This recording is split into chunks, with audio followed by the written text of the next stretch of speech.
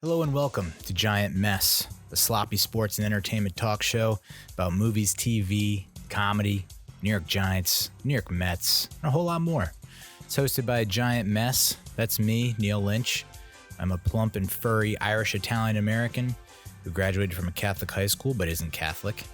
I went to a college known for producing doctors and lacrosse players and then became neither. I'm currently a blogger, vlogger, podcaster, writer, editor, video optimizer, content strategist, and failed stand-up comedian. If you want to get together with me on the social medias, on the interwebs, it's Real Cinch, RealCinch, on Instagram, Twitter, YouTube. It's a barren wasteland on those platforms right now because I ain't got time for that shit. But I'm going to try and make time. If you want to call me and leave a voicemail, dial 862-BIT 1986. BIT is in comedy bit, as in the thing that I really wish I was good at, but I am not. Subscribe to my YouTube channel. Check out my official blog, neallynch.com. Head to facebook.com/giantmess if you're a big Facebook guy. Not sure why. On today's episode, we're going to talk about Bojack Horseman, Season 6, Dark Waters, a biographical drama thriller starring the Incredible Hulk, Mark Ruffalo. Erin Brockovich, it's the 20th year anniversary of that blockbuster film that many would say was probably a jumping off point or inspiration for Dark Waters. I'll also do a quick review of That Awkward Moment, a R-rated comedy rom-com starring Zac Efron, Miles Teller, and Michael B. Jordan that came out about 6 years ago. We'll also discuss the Mets, three under-the-radar players who could have an impact this upcoming season, and what should the Mets do with their fifth starter in the rotation. And then we'll finish up with the Giants, the Leonard Williams saga, and what Rhett Ellison's retirement means for the tight end position. And we'll finish it out with an interesting new selection for the G-Men at the number 4 spot in the NFL draft. All that and entirely way too much bullshit coming your way, so strap in. So let's get started. It's been a while. Sunday, March 1st was when I recorded last. It's now Wednesday, March 11th. As I record this, it's 9 o'clock p.m. Eastern time, and coronavirus has run roughshod on the globe. There was probably around the Oscars, maybe a week before the Oscars, we were all laughing and joking, saying, oh, coronavirus, what a funny name for what has become a pandemic. It's just something that's just spiraled out of control, and that we all thought, the media was getting out of hand, spinning it out of control, maybe sensationalizing it for clicks and views and dollars for the almighty revenue, the bottom line. And now it's gotten to the point where I've been told to work from home, and my office is working from home. So that's where we're at right now. And my wife came into the bedroom this morning as I'm reading a company-wide, network-wide message saying hey, New York City, maybe don't come into the office. She comes into the bedroom and says, hey, this expert from WHO. And I was like, who? The World Health Organization says that we need to stock up on non-perishables and plan to quarantine ourselves for 8 weeks. And I'm just sitting here going, you gotta be kidding me, dude. 2 months. And I'm sneezing. And it's come to think of it, I feel a little warm right now. So coronavirus it's everywhere. It's all anyone can ever talk about. So I'm not going to beat a dead horse, which probably, if we're being honest, got coronavirus. So I'll just say that it's alarming. I'm not scared. I think I feel like I've seen enough post-apocalyptic movies now where it's like, I know how to handle this. Yeah, I've seen Brad Pitt and Tom Cruise and all the A-listers handle it with aplomb. So I think I can at least match what kind of what they went through. In reality, I'm probably gonna sink this family hard. I'm gonna be dead weight, literally. I will say the time change really fucked me. Spring forward, I don't want to spring forward. I prefer to fall back. I'm a fall back guy. Spring forward, I always made the joke where if you are gonna have sex and you do have problems, from a male point of view perspective, if you do have problems kind of with your endurance or your stamina, I believe the best time to have sex is probably when the clock springs forward. Because at that point, um, you know, you go for a minute, but you take a look at the clock and it's like, whoa, an hour. Wow, that went by fast. Not a great joke, and that's probably why I am not a comedian anymore. New York State, Cuomo declared a state of emergency, which that always sends people kind of puts people on high alert. It's got the word emergency in it. And I remember playing a video game called State of Emergency back in spring break 2002, where it was kind of Grand Theft Auto-ish a little bit. But basically just like run around a mall and just it's like chaos, anarchy, and you're just trying to like survive. And man, we fucking love. I brought my PlayStation 2 down on the flight to the hotel for spring training. It was for college baseball spring training. And we played State of Emergency, and it was nonstop playing that game. And people were obsessed with wings, couldn't stop saying wings, couldn't stop eating wings. People went out and partied, and I was like, I can't be a part of that because I'm already on the coach's shit list. So I'm going to hang out with the nerds and the teetotaler, sober guys, play State of Emergency. Which that was in March, I believe. So it's like the timing's all there. All lines up. I love how Cuomo unveiled. He's like, oh, yeah, you're going to do price gouging? Check this shit out. We're going to unveil our own line of hand sanitizers made by prisoners. Like, what? He had like the curtain pull back. And he's just so like, I don't want to say smug, but like he's so proud of himself for putting that together. It's like, trying to keep up with this coronavirus has just been so taxing and exhausting. It's like 1 minute you're hearing people say, oh, you just got to wash your hands for 20 seconds. And I love how people have to sing a freaking song because we are so attention deficit disordered as society that we can't just stand there and for 20 seconds. We need to pass 20 seconds with a song. And why you would pick Happy Birthday to sing twice as the song for 20 seconds, I don't know. It's the most annoying song in the world. It's depressing. No one gets into it. And if they do, it's just like off key, off tone. And then people are coming up with other songs like, how about you just sit there and look at yourself in the mirror for once. Take a good, hard, long look at yourself in the mirror. So I don't know. I'm pretty sure everyone has coronavirus. It's just like some people don't have the symptoms or whatever. So my mom got sick. She's 70 plus. So I'm concerned for her because the kids, my family, my sister went on a cruise. I guess not really knowing or not caring about coronavirus. And of course, the cruises are like fucking cesspools of bacteria and viruses. It's like, I think Bill Burr has like a bit about, we should just put all the people that we hate and give them free cruises, send them out into the middle of the ocean and just fucking nuke them. I'm not a big cruise guy. I've been on like 1 or 2 cruises and I'm just like, I don't know. But who knows? Maybe that'll change when I have a family. So they got sick on the cruise, or maybe before they went on the cruise, they probably get other people sick on the cruise and then came back and got my mom sick. So she's compromised. And then we're sending our baby daughter to daycare and it's like, who knows what's happened. That she already gets sick from whatever's circulating there. So might as well throw some Corona in the mix. Love that Corona sales are going down 38%, which is absurd.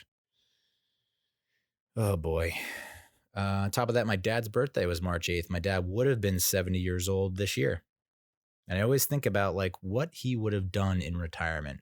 Like, hopefully he would have like turned it around, from 56 to 65. In that last 10 years, like working, he just really figured it out and got a plan for retirement and is not still working at the age of 70, hopefully.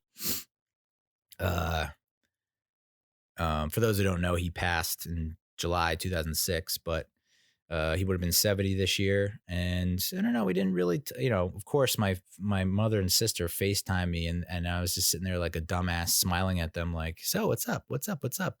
It's like, I knew it was my dad's birthday, but it was like, it's always awkward talking about it. It's like, it would have been his 70th. And what do you think he would have done? And I kind of dropped the ball there, but I've never been one to, I'm not someone that like, oddly enough, I'm not someone that like waxes poetic on social media. Like my sister posts about it and her posts are always like spot on. And, she pretty much speaks for all of us in the family, but she always writes very nice posts on social media about it. I just never, so I feel the urge to, but then I'm like, I don't know it doesn't do anything. People just still feel bad for me. And I don't want people to feel bad for me. It's like, it happened. It sucks. I wish it didn't happen, but whatever. I'm very curious to know what the hell he would do in retirement though. Cause he had so many, like, he kind of like me, or I'm kind of like him in that, there was I see so many possibilities. Like at one point he wanted to be a Major League Baseball umpire. He talked about doing this and doing that. And I was just like, because he was never really, I think, satisfied or fulfilled by being a doctor, even though he was a good doctor. And I've talked about it before. So that's kind of the life portion of the show. Yeah, I mean, the good news is Lexapro's, I guess, is kicked in, and I feel better. I really do. I know I talked about it the last episode, but like, I find it's kind of sad and pathetic that I need a pill in order to feel normal and not feel like life is meaningless and worthless. So, but at the same time, if it's a little bitty pill and it doesn't make me feel like, feel weird in any other way, then, all right, sign me up. I'm good to go. Not crazy about the $100 monthly visit to the doctor to get the prescription. Kind of sucks. But maybe I'll figure out how to get around that. All right, so let's just dive into TV. Let's talk about TV. Been watching a ton of TV. Even though the weather's making, the weather was not that bad this winter. Didn't hardly snowed at all, but it was just like kind of cold. I don't know. It probably would have done me well to get out of the friggin' house and like into the cold to wake me up a little bit, so I'm not sleeping away my weekends. But watching a bunch of TV. Screen Rant came out with this list, and I kind of caught my eye. Top 10 TV crossovers that never happened but should have. And I fucking love crossovers, even though they never, ever work. They just never work. Case in point, I think Brooklyn Nine-Nine did a crossover show with New Girl. And it I remember it being like a little bit of a disaster. I've always wanted a Broad City and Workaholics crossover. That one seemed like that was such an easy layup piece of cake, and it never came to fruition. I'm just like curious as to how that just never happened.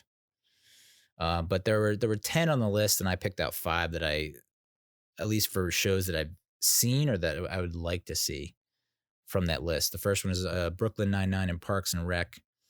Not quite sure how that would work out. And we already know that they did the crossover with New Girl. It didn't really pan out. So not as high on that one, but I think that would be nice to see. Number 2, Breaking Bad and The Walking Dead. That one really piqued my interest because it's like I watched maybe 5 seconds of The Walking Dead and some fat guy got torn in half with his guts spilling everywhere. And I was like, I just ate. So I kind of, maybe one day I'll binge it when like I did Breaking Bad when I had the knee surgery and was like hopped up on painkillers and wanted to get like a burner phone. And I just tore through Breaking Bad. That one, I think it was 2014, maybe. So curious to see, like, was it zombies on meth? That could be cool. I mean, most people on meth are zombies, so maybe it's a combination of the two. It's like meth heads battling zombies. I don't know, but I just like the sound of it. Broad City and Nora from Queens. I have not watched a single minute or second of Nora from Queens, but Awkwafina's in it, and I was kind of on the fence about Awkwafina for a very long time. I know that she was in Neighbors 2 Sorority Rising, I think. But then she was awesome in Crazy Rich Asians. I think she was in Crazy Rich Asians, yeah. And then she has another movie out that I've been playing around with watching called The Farewell. I think it's on Amazon Prime. It's supposed to be really good. So maybe that's something to add to the queue. Number 4, Firefly and The Mandalorian. Of course, I fucking love The Mandalorian. Would argue that it's probably might be even better than the Star Wars movies that have been coming out. And Firefly, I didn't watch the TV show. I watched the movie. I didn't hate it. It's very kind of, I don't know if I want to say intellectual or highbrow, but it's like a step up from your standard sci-fi fare. Of course, they're both set in space, so I think that's where the crossover would make the most sense. And then the 5th one, Workaholics in the Office. I feel like one of the Workaholics guys went on The Office, but maybe I know there were just a shit ton of cameos on The Office in the last like season or two with like Will Ferrell and all those dudes. So I would sign up for that. I mean, that's one where it's like hard to not do well unless they just try to do too much. Yeah, and the most crossovers, I feel like you can't really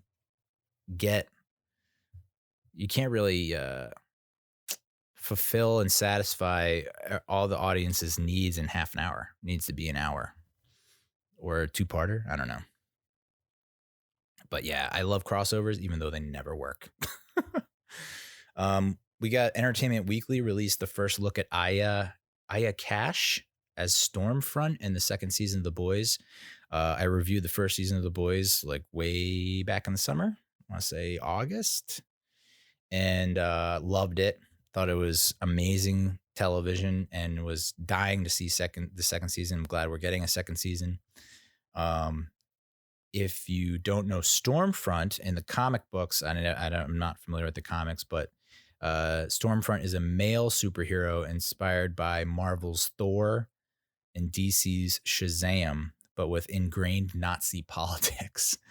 And in this one, it's obviously not a man. It is a lady, and she looks good. Not like hypersexualized. And then I was looking at it, I was like, this actress looks familiar. And it turns out it's Gretchen from You're the Worst, a show that I had numerous people that I respect their opinions from college buddies telling me, you got to watch You're the Worst. This is the show made for you. And there comes a time where something maybe hits you a little too close to home and it scares you, or maybe it just turns you off because it reminds you of your bad qualities. And I think that might have been You're the Worst for me. Like, I am the worst. And so to see other people be the worst, it's like, I don't know. I remember I think I watched maybe all season 1 and then we dove into season 2. I don't think we maybe finished season 2 and got into season 3, but we kind of dropped off. It just got to the point where it was like, these people are just awful. They're just not likable at all. Like, got to be likable a little bit. But I will say that she has Gretchen Ayakash. Aya? I'm probably butchering that. She's got sex appeal for sure. I mean, I remember in that first episode, Near the Worst, like the sex scene she had with the British goofball. And yeah, so I think it was mostly, it wasn't her that was really turning me off. It was the British dude was kind of like, meh, I don't know about this guy. And then like the friend, I guess it was Gretchen's friend, kind of heavy set, who was just like constantly cheating on her husband. I was just like, I don't know if I want to see this. Yeah, so that should be interesting. Apparently, Storm, her character Stormfront, is able to hold her own against Homelander, which, we saw what's her face, the two other female leads, kind of try to stand up to Homelander, but he ended up like backing them down a little bit. So curious to see how she is able to get the edge on him. Of course, The Bachelor, Peter's season wrapped up. I did not watch the finale. I got exhausted. I mean, it's just like, I don't know. I just got tired because I'm so, it feels so repetitive where it's like, to a T, every single season, the promos and the teases for the next episode are exactly like almost to a fault, like exactly the same. And you always feel a little bit disappointed by it because you're like, well, what happened to that thing from the tease where the person, the ambulance and the person and the screaming and the like that was like never a thing in the episode. So I feel like constantly duped by the show. But apparently the finale was outstanding. I know the first part of the finale we watched on Monday night, and I tuned into that, and we were late getting to watch it because we were late putting down the baby. But YouTube TV just decided, like, oh, you want to start from the beginning? Nah, son. Playback error in your motherfucking grill. And of course, my wife was legit freaking out, like, can't believe this, I'm gonna lose my mind, blah blah. And I was like, my, how the turns have tabled, to quote Michael Scott, I think. My, how the turntables have turned, something like that. But there was a time where I was experimenting with cord cutting at various services, and I could not get certain football games, be it college or NFL, and I was like losing my shit. And she would just sit there on her phone like, oh, yeah. Oh, why do you care so much? Just a sport. And then it was like, yes, you have been deprived of The Bachelor. And now you're going batshit crazy. So that was a nice little moment for me.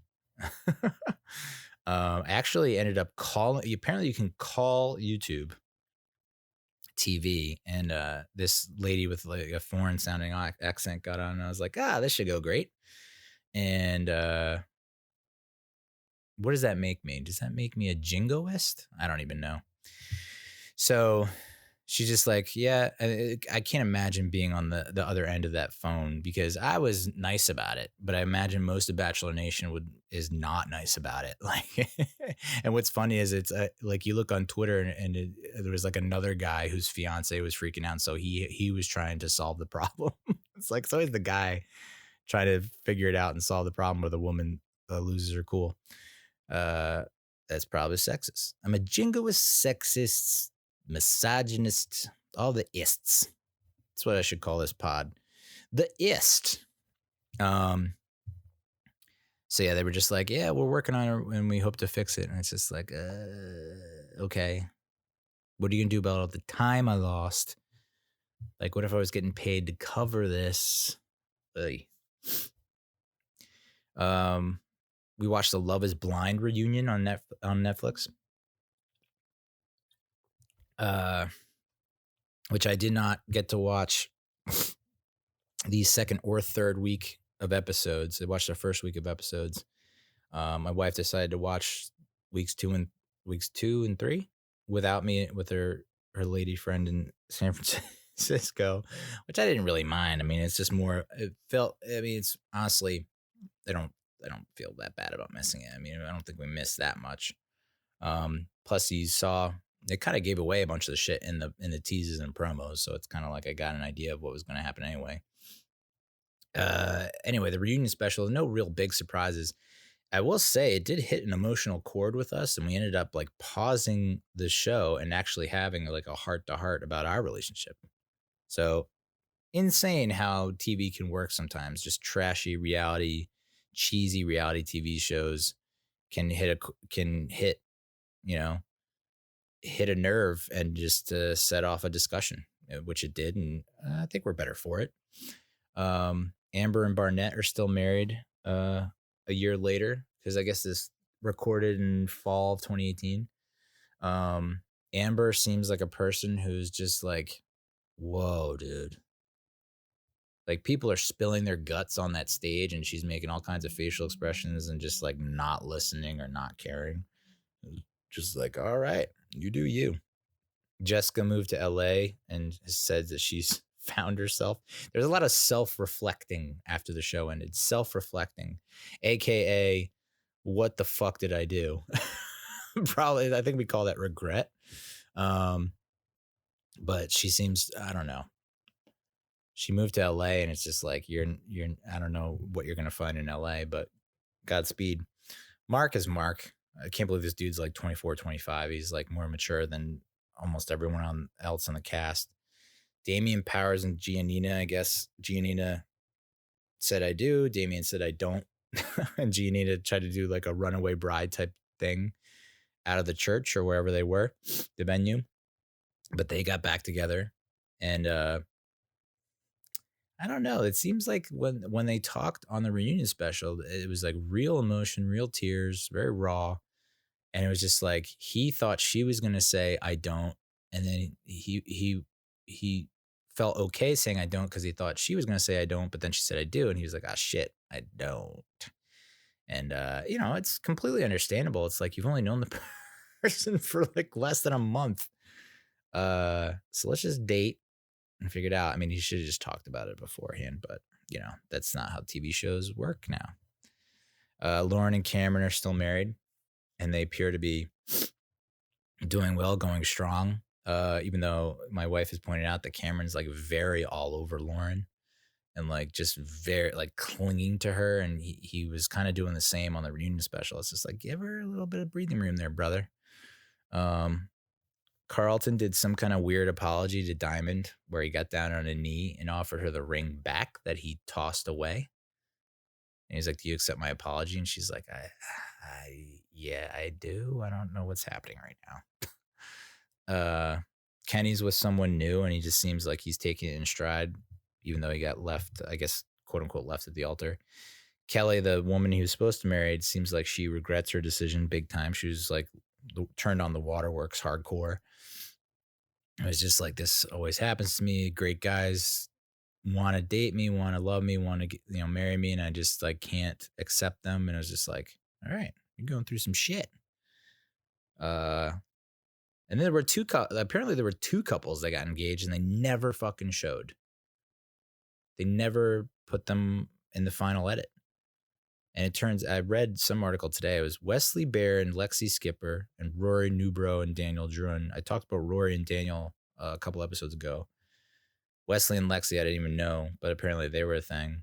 They both, two couples got engaged, and apparently the reason why they weren't included in the final edit is because they were not invited to Mexico, because apparently there was no bandwidth. Like, the production couldn't handle that many couples. So there was 1, 2, 3, 4, 5, 6 couples that went to Mexico.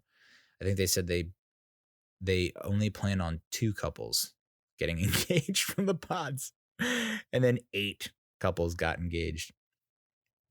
So I guess they picked names from a hat at random, which I don't believe that for a second. And then these 4 people, these 2 couples, got left in the dust, were not invited to Mexico. And spoiler alert, neither of them are engaged or married. So apparently they tried to make it work once they were not invited. And, still hung out, blah, blah, blah. But That I would say, I would go on a limb and say that the Love Is Blind reunion special hit me harder emotionally than like the Bachelor Girls Tell All or any of the After the Rose bullshit that goes on. I don't know, it just struck me different. I think it's because they're couples and there are different dynamics to each couple, and you see them struggling with, you know, what the show was and everything. Whereas Bachelor's just kind of like there's one dude, and then there's all these women, or there's one woman, there's all these guys, and it's just like, and like half or more of those guys or girls, the contestants are just like they weren't. They probably weren't in it because they love this person, but they would just want to be on television. So Love Is Blind felt, even though there was probably still people on that show Love Is Blind that they, you know, I hate saying this, but in it for the wrong reasons, which is what everyone says, but feels like a little more authentic, I guess. We also watched an episode of Saturday Night Live for the first time in a long ass time. I want to say 2+ years, definitely more than a year, maybe more than 2 years. Like for me, SNL peaked when David S. Pumpkins. I mean, that was Tom Hanks as David S. Pumpkins. I went as David S. Pumpkins for Halloween 2016. What a shit show that was. Ended up ordering a costume that was one size too small. Ended up splitting my pants and having to like use my baseball belt from my playing days to like hold up my pants. Yeah. Oh boy. But that was probably the last time I was really into SNL. We used to watch SNL pretty much every Saturday night live. Haha. But no, we would watch SNL live when it aired for almost every Saturday when we lived back in Weehawken. But this was the first one we've watched in a long time, and it was because John Mulaney was hosting. And we were like, John Mulaney's going to kill it. He's going to crush it. Like, he's going to knock it out of the park. Like, there's no question. It's going to be funny. Just how funny is it going to be? It's going to be an all-timer. And I got to say, a little disappointed. You know, he had a pretty good monologue. I mean, I definitely laughed during his monologue. He basically did a stand-up bit for 5-6 minutes, whatever. And he was just talking about, like, how he hates the forefathers. and basically he was talking about like wondering what it would be like to be in the room, like how they came up with these amendments.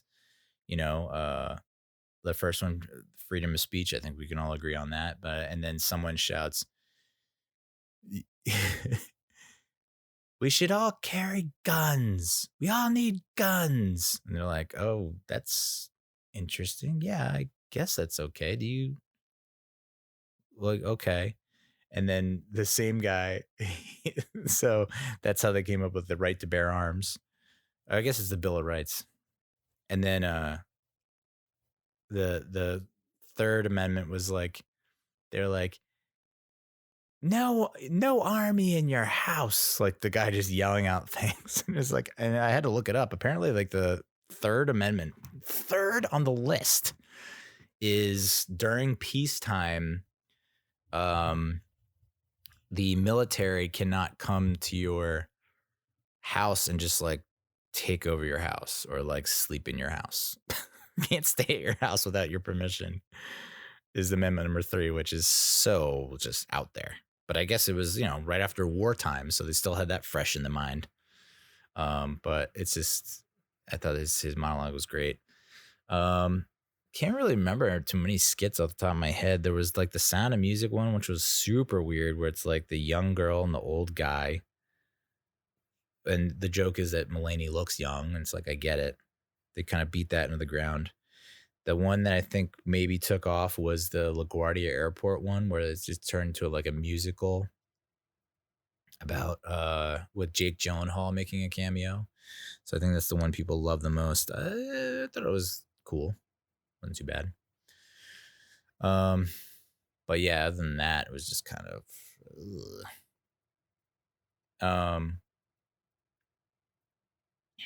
I will say Michael Che was funny on Weekend Update where he's like, what does this matter?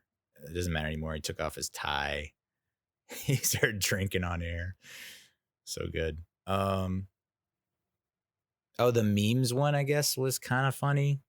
Maybe where it's just it's the Pete Davidson as the college kid posted a meme about his uncle, and so the uncle went through all the memes that were created because of that. It took off. Kind of good, I guess. Speaking of Pete Davidson, his new special came out on Netflix. And I know the wife was super excited to watch it. And I was like, I am very interested to see what Pete has to say because he's been through a lot of shit since his last special. I mean, you fucking got engaged to Ariana Grande, dated Kate Beckinsale. I think he had relations with some other high profile person. And he came out and it was just like, what the fuck is this? It was tough to swallow. And I know, like, if my show had any kind of popularity whatsoever, this is where all the backlash would happen, and I would get like, you know, a million messages, all 1,000 dislikes, million like hate, death threats, and all that. And it's like, you can have your opinion, and if you liked it, good. I'm glad. I'm happy for you that you liked it. I just didn't. Not for me. And I understand it's like, well, you're a fucking old dude. Yes, I am old. I'm almost 40. Ooh. So maybe I just don't get the humor, but like he just didn't seem. I've watched his other specials and he didn't come off like he did in this special. I don't know what it is, but like the other specials, it seemed polished. This one seemed kind of half baked. It felt like he was searching for punchlines. The punchlines he had didn't seem like they were final. It seemed like the material that he came up with was the beginning of something great. You know, he had some pretty good setups, but like again, it seemed like he was looking for punchlines or couldn't land punchlines.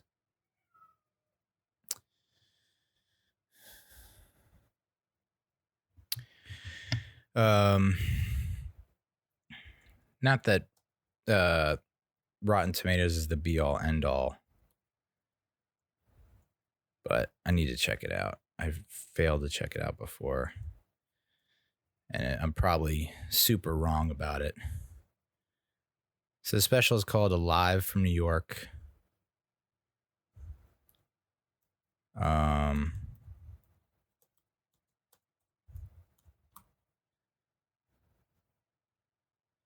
Let's check it out. 40% of critics gave it a favorable review. 61% of the audience gave it a favorable review. Average rating of 3 out of 10 from critics. Average rating of 3.42 out of 5 from the audience. Yeah, I don't know. I mean, I don't understand how you can be, and you know, maybe this is a testament to how cool Pete is and how nice he is, and he's not the dick and the douche that people say he is or think that he is. But I mean, damn, dude, you were engaged to Ariana Grande and you had maybe 5 minutes of material on her. And I understand you don't want to like open up old wounds, but oh boy, I don't know. Yeah, that was tough. So I don't know. I was disappointed. I wanted more and I didn't get it, but I went on Twitter to see how Twitter was thinking about it, and it seemed like his fans supported it. His diehard fans supported it. So if they get it and they like it, then, you know, I'm not going to hate on it. I'm just saying, not for me. We started watching Dave on FX. This is the new comedy series from Lil Dicky. Lil Dicky's a guy who I have a buddy who was in my wedding. He was a groomsman in my wedding. Loves fucking Lil Dicky. Tried to turn me on to it, and I was like, okay. So you say this is funny? And I have another. I guess I have another. Yeah, my best man was also a big Lil Dicky fan. I remember watching some music videos and thinking like, okay, yeah, there are a couple songs where it's like it hits you right in the fucking funny bone. and but I'm not as over the top, over the moon for him as I am a couple of my friends. But I just gotta warm up to him. Like, this first episode was a good first episode. You know, I wasn't like riotous laughter out loud. My favorite part is Andrew Santino. That guy, it's just like, it's his delivery, it's his demeanor, it's the way he talks. He's just a funny dude. He has his own podcast. I actually listened to the episode with Little Dicky, and I think it's almost like Santino's outshining Little Dicky. But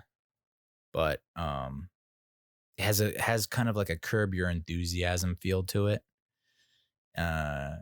Mixed with, I guess, only because of the music element, it reminds me a little bit of Atlanta. The fact that they're like in the music business. But you know, I'm looking forward to it. I wouldn't put it at like Always Sunny level or something like that, but it's something that I can finally tune into week to week. Like, I liked Man Seeking Woman on FX. And I feel like other than Always Sunny, there hasn't been, like, The League was an FX comedy series that I watched like every episode of. And then Always Sunny, and then it's just kind of been Always Sunny, you know, since The League went off the air. And I haven't really had another FX show. I tried to get into Legion a little bit, but I think it was just a little bit too far out there for me. It was kind of hard to wrap my brain around. And I was just like, I don't know how much of this mind fucking I can take before my brain just leaks out my ear. So, yeah, it's good to have another FX show that I'm like into. You know, I think we got into Atlanta. I need to catch up on that, I guess, but yeah, should be interesting. Love that he was like he gets approached. He basically gets Lil Dicky gets approached. He goes to, I guess is it his girlfriend? I don't even know. Then this is what makes it even weirder, is like, is he living with two women? Like, that's just not, unless I missed it, there's like not mentioned at all about like, okay, this woman who I guess is a teacher, is that your girlfriend or your sister? And then there's another woman who's kind of like in the apartment when you go in the apartment. Like, what's her deal? Is she a documentarian? Is she part of your like crew? What's the deal? I don't know.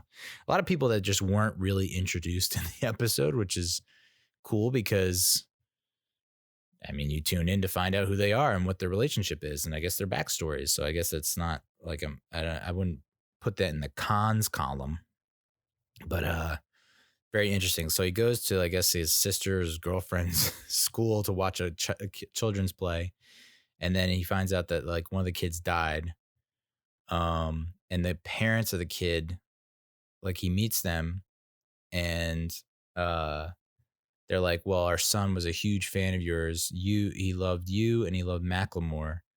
And there's like the running gag throughout the show is like, he doesn't want to be compared to Macklemore. It feels like he thinks that he's not the same kind of rapper, possibly better rapper than Macklemore. So then they ask him to perform at the kid's funeral. And so he's trying to like come up with like, how the hell am I going to pull this off? Especially since I've never done a live performance before, which I didn't know. And this would be his first live performance is at a funeral. So great premise. And of course he pulls it. The ending is pretty, like, I don't want to say I saw it coming, but it was kind of like, this is fitting. This is nice little twist to the show. So I'm mildly excited for the series. I think you know, it's season 1. You know, season 1, you're kind of working out the kinks, finding out what works, and then usually season 2, hopefully it gets to season 2. Season 2 is when you usually hit your stride. So but I cannot get enough of Andrew Santino, dude. Cannot get enough. His podcast is called Ginger Whiskey. And Little Dicky was a guest, and that's kind of why I clicked on it, because I wanted to see, okay, what's the show all about? What's Little Dicky up to? And oh my God. I think we watched one of Santino's specials too. It was 2016 or 2017. He did one I think in Chicago, where he's from. Redhead dude who just the way that he talks and how he speaks, it's just it's like a Molotov cocktail of sincerity and insincerity. Like, if you're super in your own head like I am and paranoid, I think he would be able to just live inside my head. He's already living inside my head rent free. So check it out. I also started watching McMillions on HBO. This is the story of the FBI's investigation into the McDonald's Monopoly game fraud. And one of the FBI agents, Doug Matthews, is just like a character and a half. I mean, the way this guy emotes, talks to the camera, uses his hand. Like, I use my hands a lot when I talk, but this guy is just like, he's so bored with paperwork and like the details. He just wants to go undercover and like fuck shit up. Funny guy. And like the first episode was just basically like the other FBI agents being like, we're just trying to figure out how to contain Doug, because Doug is out of control. So that looks like it should be pretty good. Interested to see how things pan out in episode 2. I don't want to give anything away because I haven't, F is for Family, season 3 on Netflix. I started that. That's the animated series that's kind of like, what's that old school 70s show, All in the Family meets Family Guy, which is basically inspired by The Simpsons and All in the Family. Set in the 70s. Bill Burr voices the dad, even though I feel like the character Bill, even though the last name is Murphy, it's like loosely based on Bill Burr's actual childhood, because the middle kid is a redhead named Bill. There's a lot of like star power in the cast that I didn't know. Like, Laura Dern is the wife. I think Justin Long plays one of the teenage kids. Sam Rockwell plays like the Matthew McConaughey type guy.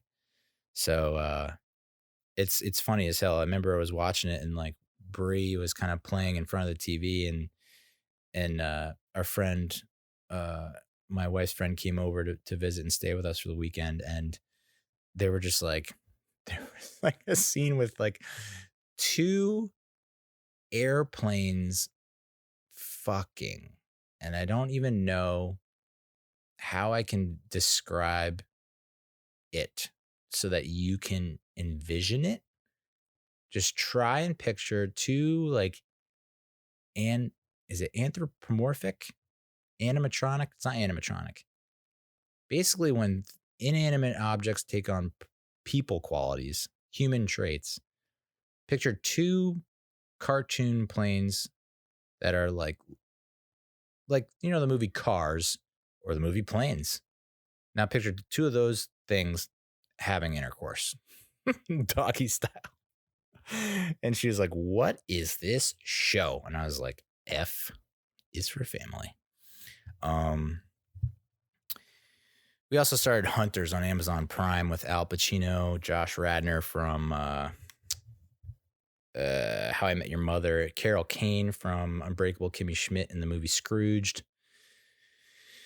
It's on paper, it sounds like it should be such a good series. I think we only watched the first 2 episodes. The second episode has like a very different tone and aesthetic than the first episode, and I think that's been a major criticism from people who have watched it, is like, what is this first episode was like an hour and a half, and it had this kind of like grimy, dark, serious approach, and then episode 2 is like very kind of tongue-in-cheek and lighthearted and had a grindhouse type of feel to it. So I don't know. Tough to say if I'll stick with it. I mean, it's always nice to see Nazis get their comeuppance. I'm a big fan of justice in that respect, but I don't know. It is interesting though. Like, okay, so in 1977 in New York City, a troubled young Jewish man bent on revenge is taken in by a secret group of Nazi hunters fighting a clandestine war against the cabal of high-ranking Nazi officials in hiding who worked to create the Fourth Reich. So, and I don't know. A lot of people would say it's still going on today. Like, what is it? 50 years later? No. Well, I'm an idiot. 43 years later. Whatever, dude. Man, I'm old. Anyway, it was created by this guy named David Weil, whose maternal grandparents were Holocaust survivors, born in Poland. And his grandmother's stories of being in the concentration camp are what inspired the show. So, that's pretty cool. And I'm glad he gets to tell those stories. I think for some reason, episode 1 worked for me a little better, even though it was a little on the long side than episode 2. I cannot take Josh Radnor seriously, and maybe I'm not supposed to, as Lonnie Flash, but he's just, it's like, okay, I get it. I'm not supposed to take him seriously, but at the same time, I don't know. It's just like he's a Nazi hunter. I just can't picture him killing people. Yeah, so the critics' consensus from Rotten Tomatoes, it's propelled by a strong cast and even stronger series of justice. Hunter's stylish first season doesn't always hit the mark, but when it does, it strikes pulpy pay dirt.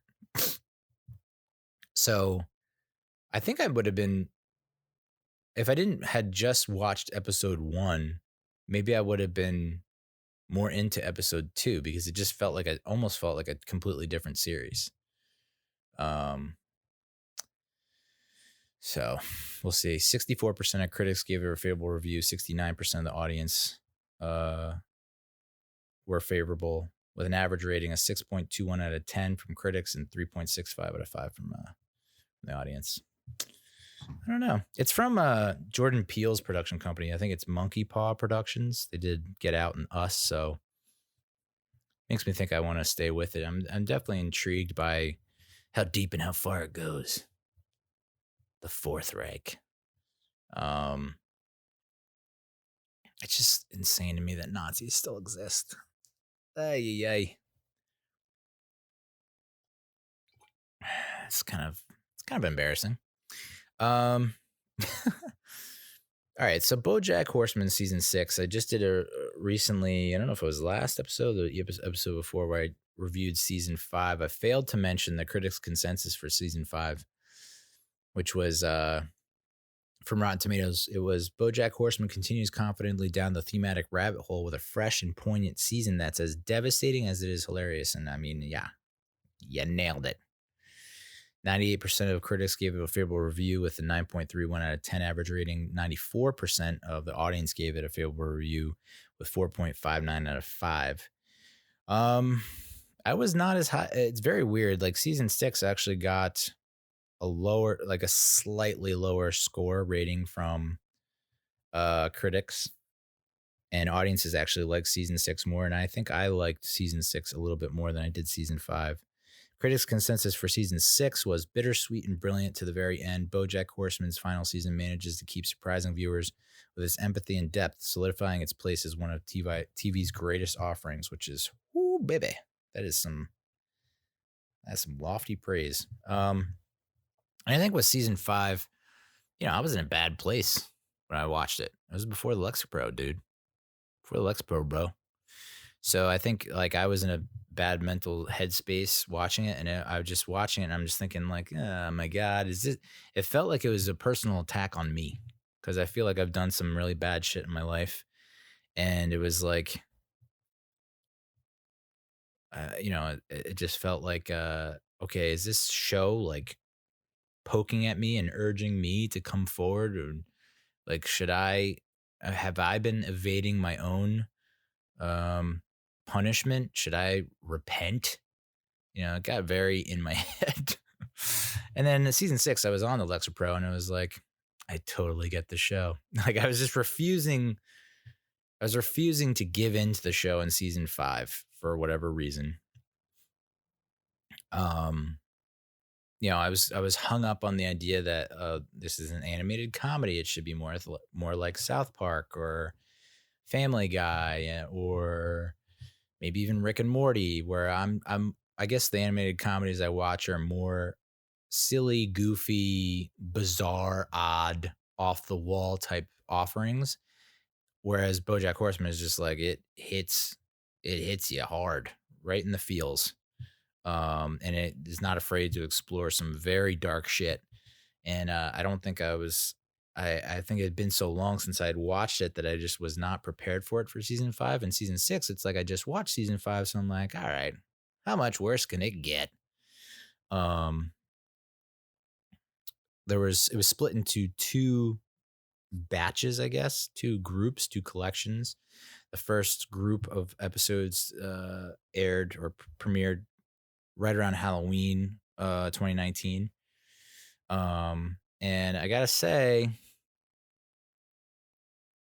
I don't know.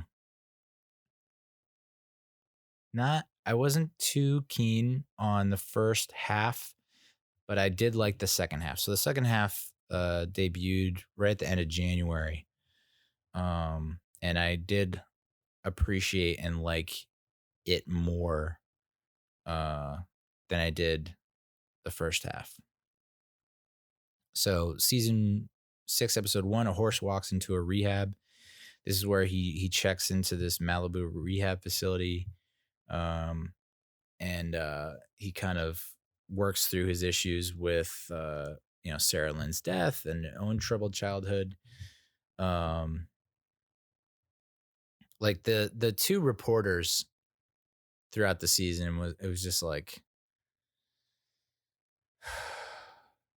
I guess I kind of forgot what happened with, you think back about like the stuff that Bojack did, and at the time you kind of laughed, and then you hear it from someone else's perspective and you're like, ooh, that does not sound good.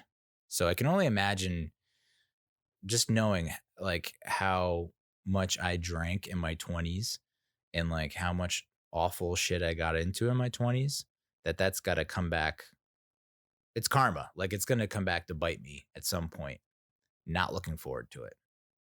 I know it sounds bad what I'm saying, but you look at it, in my head, I don't know. I just kind of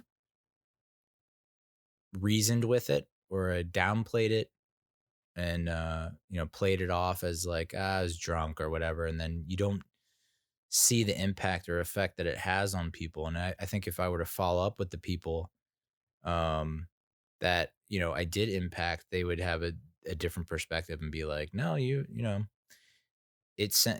would be interesting to see how, I don't know about interesting. It would be brutal to see how it affected other people. And because it was not my intention to fuck anyone up or anything like that. I know it sounds like I murdered someone. I did not murder anyone. It's just like, you get drunk, you act like a loon. And sometimes that people don't understand it's a joke, or they don't take it as a joke and they take it personally, or whatever. And I feel like that's kind of how I related to Bojack. And not that, I mean, Bojack was on heroin and painkillers and, helped a girl OD, and like, I didn't do any of that shit, but it's still relatively bad. But I don't know. I wonder how much it costs to go to a rehab facility. I mean, Bojack Horseman in this show apparently is like a millionaire upon a millionaire. I want to say maybe not 100 millionaire, but he was, I would say, in between 10 and 100 million net worth, because they revealed it towards the end of the series. But I imagine rehab facility is like a cool, at least $1,000 a day, maybe. I don't know, but it's like pretty easy to see why celebs like kind of relapse, because it's like the rehab facilities are fucking awesome. in Malibu. It's like you get to like sit in a group and talk and get to have some coffee and relax and enjoy hobbies and festivities. That's why I think I might look forward to the retirement home when I get older, because it's like, at least you're doing activities, you're around other people. Yeah, I understand I'll be grumpy and cranky as fuck. I'm already grumpy and cranky, so I can't imagine what it's going to be like, 40 years from now. But uh, if I can make it that long, coronavirus. But episode 2, the new client. So Princess Carolyn's nanny quits. She struggles to balance the demands of work and parenting. Mr. Peanut Butter visits Bojack in rehab. And I'm telling you, every single scene with Mr. Peanut Butter and Bojack is gold. Every single scene. You could have made, if they ever decide to do a movie, it's got to be like them on a road trip or something. Has to be. I don't want to give away the ending to this series, so that might not be possible in case you haven't watched the series yet. If you have, you know what I'm talking about. Episode 3, Feel Good Story. Girl Crush sends Diane on the road with a rugged cameraman named Guy. That relationship was kind of meh. I get it. He's like, Guy's like almost the complete polar opposite of Bojack. Bojack's this wild bachelor who drinks and drugs and never been married, doesn't have kids. And Guy is like been married and divorced and is not like wealthy beyond his means, doesn't have a huge Hollywood Hills mansion, has a teenage son. So it's in Chicago in many ways is like the polar opposite of LA. And that's where Guy's from, Chicago. So I can see why, Diane, he's necessary for Diane's character growth and character arc, in that, in LA, she's a hot mess and Guy provides stability. So I get all that. I get all that. It's funny that she doesn't want to produce these feel-good stories, but then in a certain sense, she becomes a feel-good story, because she identifies that she has depression and lo and behold, she goes on antidepressants, much like ya boy. So, episode 4, Todd organizes a surprise wedding for Pickles and Mr. Peanut Butter. But the party quickly goes off the rails when Mr. Peanut Butter makes a confession, which is that he, confesses that he slept with Diane. So then they hatch up this weird scheme where it's like, oh, Pickles should sleep with someone to even things out so they can have this wedding and get married without having anything on their conscience. And so she sleeps with a bunch of guys, but doesn't have the emotional connection. So then she ends up going with this guy, Joey Pogo or something like that, who seems like a mix of like Justin Bieber and a YouTuber and an Instagram influencer, and Machine Gun Kelly, just like tatted up, whatnot.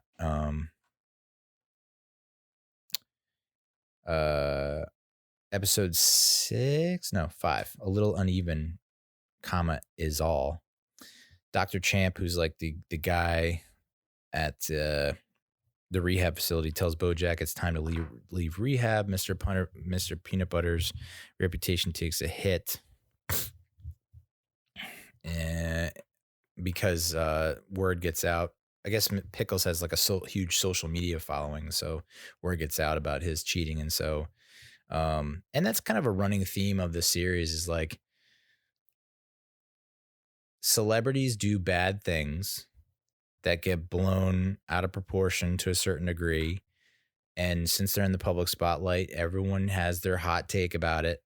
And so then everyone weighs in, and then people get canceled, quote unquote. And then like a week later, a month later, 9 times out of 10 people forget. And that's kind of what happens here. Mr. Peanut Butter has the affair, but then he ends up doing something else that is like goodwill. Maybe even goes on an apology tour, and then he's just back in people's good graces and they love him again. What a fucking roller coaster it must be to be a celebrity, and to have someone like a publicist or a PR person in your ear at all times being like, don't do this, do that, don't do this, do that. You can see why some celebrities, especially younger celebrities, go fucking nuts. It's understandable. Seeing like, and I think Bojack Horseman, even though I kind of knew it going into the series, just having them shed some light on just like all the fucked up intricacies of Hollywood and fame. Oof. And you see it with Bojack too, like the fact that he is like, it's time. I can't keep running from this. I got to own up to my past transgressions. I need to come clean about Sarah Lynn. And, people are telling him no. And then he even like withdrew even after Princess Carolyn and Diane are like prodding him to come clean, or Diane's prodding him to come clean. Princess Carolyn's like, no, we can spin this. So he eventually goes on the show where he kind of opens up, and then like people are back on his good side. And then they invite him back for part 2, and they kind of ambush him with all these other questions that he does not handle well. And so he's back on the bad side. like, yay, boo, yay, boo.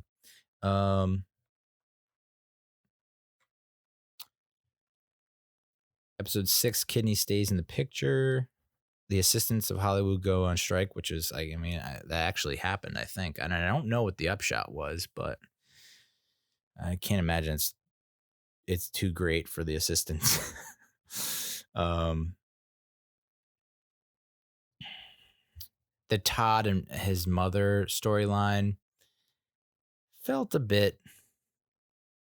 It's like it's almost like they didn't know what to do with Todd to kind of round him out. Like Princess Carolyn, she wants the baby, she wants the baby who wants the baby, and I feel like that was her storyline that worked well. And then like Todd's just like this goofy character, and then they tried to give him this serious storyline, and I don't know that it necessarily worked. I mean, I guess it did but episode 7, The Face of Depression. Bojack travels around the country reconnecting with loved ones while Mr. Peanut Butter embarks on his own national tours, The Face of Depression, which that was, and that's when he meets Joey Pogo, I think. And they have plans to like go on a Face of Depression tour, and they're two of the like happiest people. And as a depressed person, it's just nice to see like Mr. Peanut Butter always brings a smile to my face. It's so funny.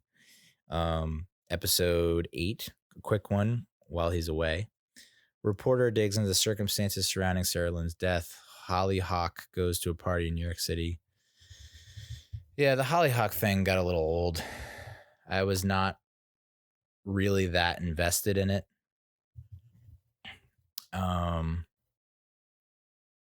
I don't know. It's just like I guess Hollyhock was the only real family member that Bojack didn't hate and that wanted to connect with and wanted to become family with, and she was just like, nope, no thanks. Which stinks, but I guess that's tough love. I don't know. Episode 9. So this is the second half of the season. So the first half was kind of, it was all right. Second half, intermediate scene study with Bojack Horseman. He starts teaching an acting class at Wesleyan and tries to get closer with Hollyhock, and she's just not having it. Good Damages, episode 10. Diane's depression lifts, but she's still struggling to start with writing her memoir. Reporters Paige and Max pay Penny a visit. So those reporters were just like, oh my God. It's just, I don't know, kind of just like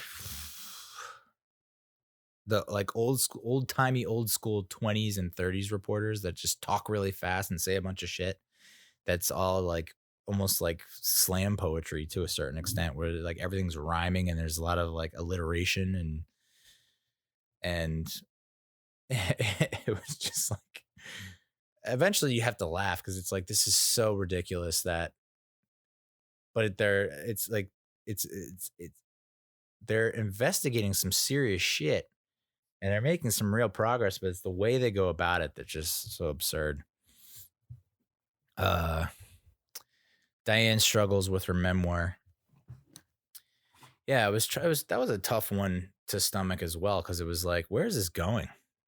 And eventually she takes the antidepressants and ends up writing like this kind of, not a memoir, but more of a young adult fiction series, which she feels ashamed about. And it's like, dude, I would love to have the words as a writer who, like, maybe I'm not a writer, and I think that I've learned that, like, I'm just not a writer because I suffer from severe writer's block a lot of the time and I don't make a lot of progress at all. I'm very slow with my writing. And so it's like, to see her be able to churn out a book and to have it be a bestseller and to churn out another one was just like, I don't know, I would give a finger, maybe. I would give a body part for that. Not quite sure which body part. Probably a toe. My toes are already effed on my right foot. Something going on there. So it's like, I could do without that for like a nice. And I think that, like, going back to the guy who wrote and directed That Awkward Moment, which, have I gotten to that yet? No, I have not gotten to that yet. But if you go to my IMDb page and I only have one credit and it's a comedy and it got made and it made some kind of money and it didn't go, like, it wasn't a total bomb and it actually made money, and that was my only achievement in screenwriting, take it. And I'm a very ambitious motherfucker. But to have one screenplay, comedy screenplay, preferably R-rated, that gets made into a movie, gets released in theaters, and actually makes money, makes profit, done. Bucket list, motherfucker. And same goes for a book. I just don't think I have enough for a book. Yeah, way to make it about you, Neil. Jesus. Episode 11, sunk cost and all that. While Paige and Max, the reporters, question Mr. Peanut Butter at his restaurant, a panicked Bojack tries to piece together what's happening. Yeah, I mean, when the walls are closing in on you and, like, you finally realize that, all the bad shit that you've done is finally coming back on you. I can't imagine what that feeling is like. I mean, I've definitely woken up on some, long weekends, Monday morning, Tuesday morning, been like, what am I doing with my life? And thinking that, like, especially after a blackout. I'm not going to sit here and say I've never blacked out. I blacked out a couple times, several times. And that feeling you have where it's like, what did I do? I feel like I did something bad. People are not talking to me. What's going on? And the anxiety just takes over. Episode 12, Xerox over Xerox. After the Sarah Lynn story breaks, Bojack gives a live interview on TV. So this is the interview I was talking about. Where it's like he is able to appeal to people and own up to his mistakes, but then he ends up biting it in the second part of the episode. Episode 13, The Horny Unicorn. Bojack gets a new AA sponsor who turns out to be that Vince Wagner guy, who I guess is a mix of, like, Mel Gibson and, I don't know, other shady, horrible celebrities. Todd plans a sophisticated party to impress his parents. Diane gets to know Sonny, who is Sonny is Guy's son, maybe? I don't know. Episode 14, Angela. Angela Diaz reaches out to Bojack. Princess Carolyn gets an offer from Lenny Turtletop. Todd cooks up a scheme.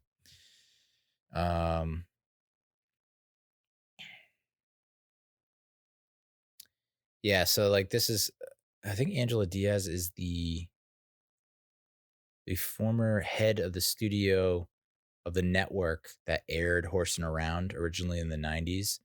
And so she contacts the Bojack to basically buy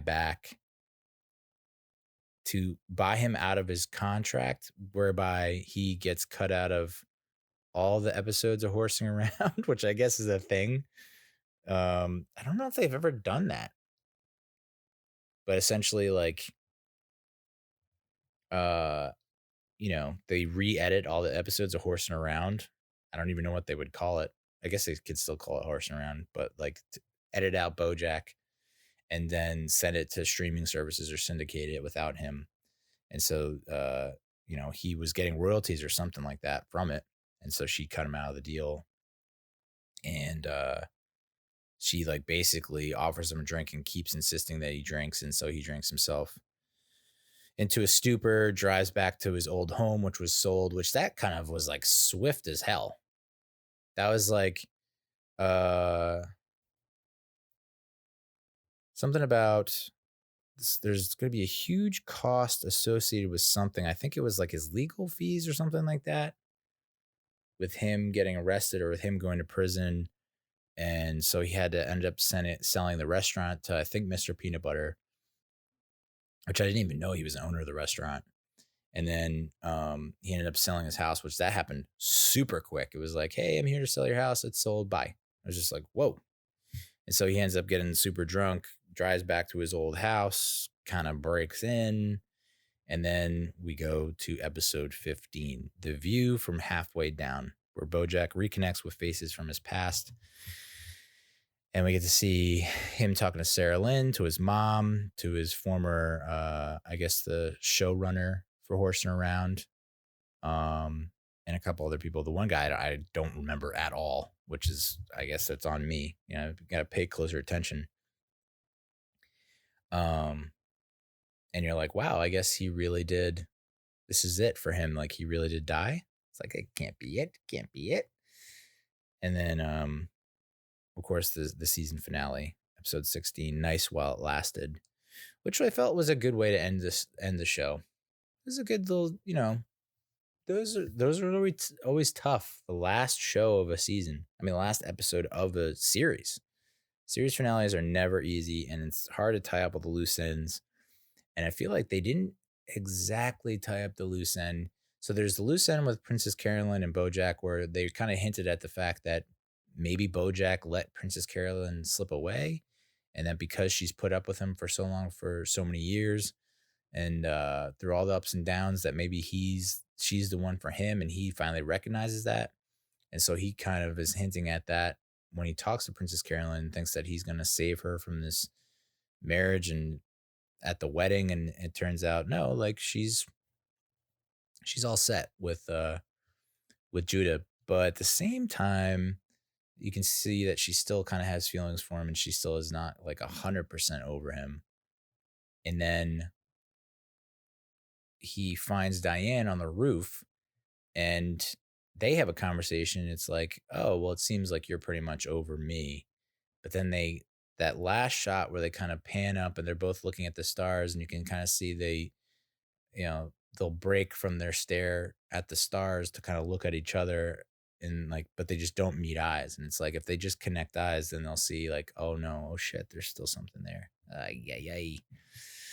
So curious to know if I would imagine the whole expression is 5 seasons in a movie. So maybe they do put out a movie at some point, but I don't even know what the premise would be. All I know is Mr. Peanut Butter needs to be involved. So yeah, I guess I was really down on Bojack season 5, but I've come around, and I just have a deeper appreciation for it now than I did before. I just didn't, I don't know. I didn't want it to be that kind of animated comedy dramedy, I guess you would say, but it is unique. I mean, I don't think that you can point to another animated series that has the level of comedy and the level of hard-hitting drama that it did. So kudos, man. Let's talk movies really quick. Tough weekend for movies. I don't know. Last weekend was like, was it last weekend or the previous weekend? Yeah, last weekend it was like chock full of options. You had Ford versus Ferrari, Knives Out, Jojo Rabbit, Beautiful Day in the Neighborhood. It feels like you just had a ton of options to go with. And this weekend, it just felt like, I don't know, there just wasn't much available. So we turned to Dark Waters. I was like, I keep seeing this. And first of all, the title is totally like, I mean, I get it, but like they should have come up with a way better title. Because Dark Waters makes it sound like it's a fucking shark attack movie, like 47 meters down, or The Shallows. Like it just sounds like it's a shark attack movie. And in essence, I guess you could say that the DuPont company is the figurative shark in the waters. I guess that's kind of a stretch, but it's PG-13, which again, maybe it should have been R. And when I say maybe, you'll know why I'm saying maybe in a second. 2 hours, 6 minutes is a biography, drama, historical piece. Came, I guess it had a limited release right around Thanksgiving, and then it went semi-wide, like 2,000 theaters in early December. It's about a corporate defense attorney takes on an environmental lawsuit against a chemical company that exposes a lengthy history of pollution. The defense attorney is played by Mark Ruffalo, who is put on a little weight, and he's not, I wouldn't say he's terribly charismatic. I think there are some poignant scenes, but it's not very like an emotionally charged performance, I would say. It's a very stress-inducing performance. You can feel like the amount of stress that he's under and the anxiety that he has. It definitely comes through on the screen, so I guess that's the point. It's directed by Todd Haynes, who, I just never got on board the Todd Haynes train. He's directed some real gems. Carol, Wonderstruck, Far From Heaven Safe, Velvet Goldmine. I cannot bring myself to watch any of them. I don't know what it is, but it just never really appealed to me. The movie's based on a New York Times Magazine article called "The Lawyer Who Became DuPont's Worst Nightmare" by Nathaniel Rich. The screenplay is by Mario Correa and Matthew Michael Carnahan, who has some pretty decent titles under his belt: World War Z, State of Play, 21 Bridges, which just came out, and Deepwater Horizon, which made me cry like a little baby. What a friggin' movie with Mark Wahlberg. Oh my God. You want to let some fluids? You want to release some fluids from your old ocular cavities? Give Deepwater Horizon a whirl. Anne Hathaway plays Mark Ruffalo's wife, which, people have their issues with Anne Hathaway. They just, I don't know. They don't, it's her face, or I don't know what it is. It just, her attitude, it just does not click with a large sect of people. I think she was miscast here. I don't think you pair Mark Ruffalo with Anne Hathaway. It just doesn't seem like a good pairing to begin with. She's on the younger side. He's on the older side. There's the age difference. And I don't know. It just didn't work for me. Tim Robbins plays Tom Turp, who's like the head dude at the law firm, who I thought he gave there was one scene where he gave a very strong performance. And then Bill Pullman comes in towards the later end of the movie as Harry Dietzler, one of the attorneys that works with Mark Ruffalo to take down DuPont. The critics' consensus is Dark Waters powerfully relays a real-life tale of infuriating malfeasance, honoring the victims and laying blame squarely at the feet of the perpetrators. Got some really good ratings, and I think this is why we ultimately tuned in. 90% of critics gave it a favorable review with an average rating of 7.3 out of 10, while 95% of audiences gave it a favorable review with an average rating of 4.54 out of 5. And I agree. And it's weird because I'm going to talk about Erin Brockovich in a little bit. And Erin Brockovich did not do as well in their ratings as this. Now they're way, way more ratings sample size for Erin Brockovich. So I think if you did the same sample size for this movie, you'd probably see lower numbers, but did not do that fantastic at the box office. Had less than $20 million worldwide gross. It was actually in the top 10 at the box office in early December, and then it fell out by mid-January. And this is the second film that Mark Ruffalo has appeared in dealing with the DuPont family. The first one was Foxcatcher in 2014, which if you have not watched Foxcatcher, pray to God you're not hungover or feeling anxious, because that entire movie makes you feel very uneasy the entire time, because you just know you're building to something. And if you're not familiar with the story, like I was and my wife was, you're just like, something bad is going to happen. What is going to happen? And then you see it and you're like, oh, it's so gut wrenching. So if I had to guess, Mark Ruffalo, not a fan of the DuPont family. And the DuPont family, not a fan of Mark Ruffalo. I don't think the DuPont family is laying down cold, hard cash, bloodstained cash, moolah for like any of the Avengers movies. I think the Incredible Hulk has fallen out of favor with the DuPont family. What could have been different? How could this have been better? Tough to say. I mean, I remember probably in the first act, maybe halfway through the movie, my wife turns to me and goes, this is like Erin Brockovich. This is basically like the same movie as Erin Brockovich. We should watch Erin Brockovich tomorrow. And so I was like, you know what? I actually, I know of Erin Brockovich. I probably have seen scenes from Erin Brockovich. I've never watched it from start to finish.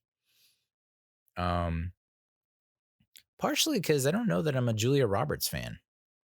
I know it's insane to say, but I don't know. And that's just what we did. We watched Erin Brockovich on Sunday, the following day, after Dark Waters, and you can see why it outperformed Dark Waters. First and foremost, because it was the first of the two. So Erin Brockovich, rated R, 2 hours and 11 minutes, came out 20 years ago. Next week, March 17th, St. Patrick's Day 2000. I'm trying to think what the hell I was doing St. Patrick's Day 2000. I think that would have been my sophomore year in college. I actually might have been down in Baltimore living. I was living in my buddy's apartment because why? Oh, because the dorms were closed. So I was, Neil's a loser. But yeah, I was still living in the dorms sophomore year. And the dorms closed down for spring break. And that was spring break. And I still had to stick around because I was on JV, the JV baseball team. So I still had to go to practice and play games, even though like the varsity team was down in Florida living it up. And so I would, I think I might have been hanging out with my buddy Deuce, and I think he probably smoked me up, and then I went back and like got into my buddy's Nutella in his fridge. That was oh boy, yeah. So spring break sophomore year, high and eating Nutella and watching some like probably some cheesy bad movie on a like 13-inch television in my buddy's apartment in Baltimore. Oh boy. Anyway, Erin Brockovich, an unemployed single mother, becomes a legal assistant and almost single-handedly brings down a California power company accused of polluting a city's water supply. It was directed by Steven Soderbergh, who, he, unlike Todd Haynes, where I know Todd Haynes' name. I know he's produced good shit. I just can't bring myself to watch his movies. Steven Soderbergh is like kind of all over the place and is hit or miss with me. Like, Out of Sight is something has been on my to-watch list for way too long. Traffic I've seen and loved. The Ocean's 11 trilogy is kind of, I can't even say it's a guilty pleasure. I just, I grit my teeth at the thought of the Ocean's 11 trilogy. I'm not sure why I can't bring myself to enjoy it. Maybe now that the Lexapro's kicked in, maybe I revisit that trilogy, but it's just like, it's just so, ugh. Solaris, which I feel like I've seen, and I feel like I liked it. The Girlfriend Experience, another movie that I liked, and that he directed. It got turned into a TV show, which I heard was also pretty good, but I don't know that it's still running. Contagion, which I'm a very odd bird in that I like post-apocalyptic movies, but I cannot do right on cue. I can't do pandemic movies where like there's an actual probability of a airborne disease or some kind of disease that just spreads like a virus. And I remember watching, what was that movie with like Dustin Hoffman with the monkey back in the day? Oh, Outbreak, I think it was called. I remember watching that and I was like, this is the scariest movie on the planet. You could show me Freddy Krueger, skull fucking Jason, while Michael Myers,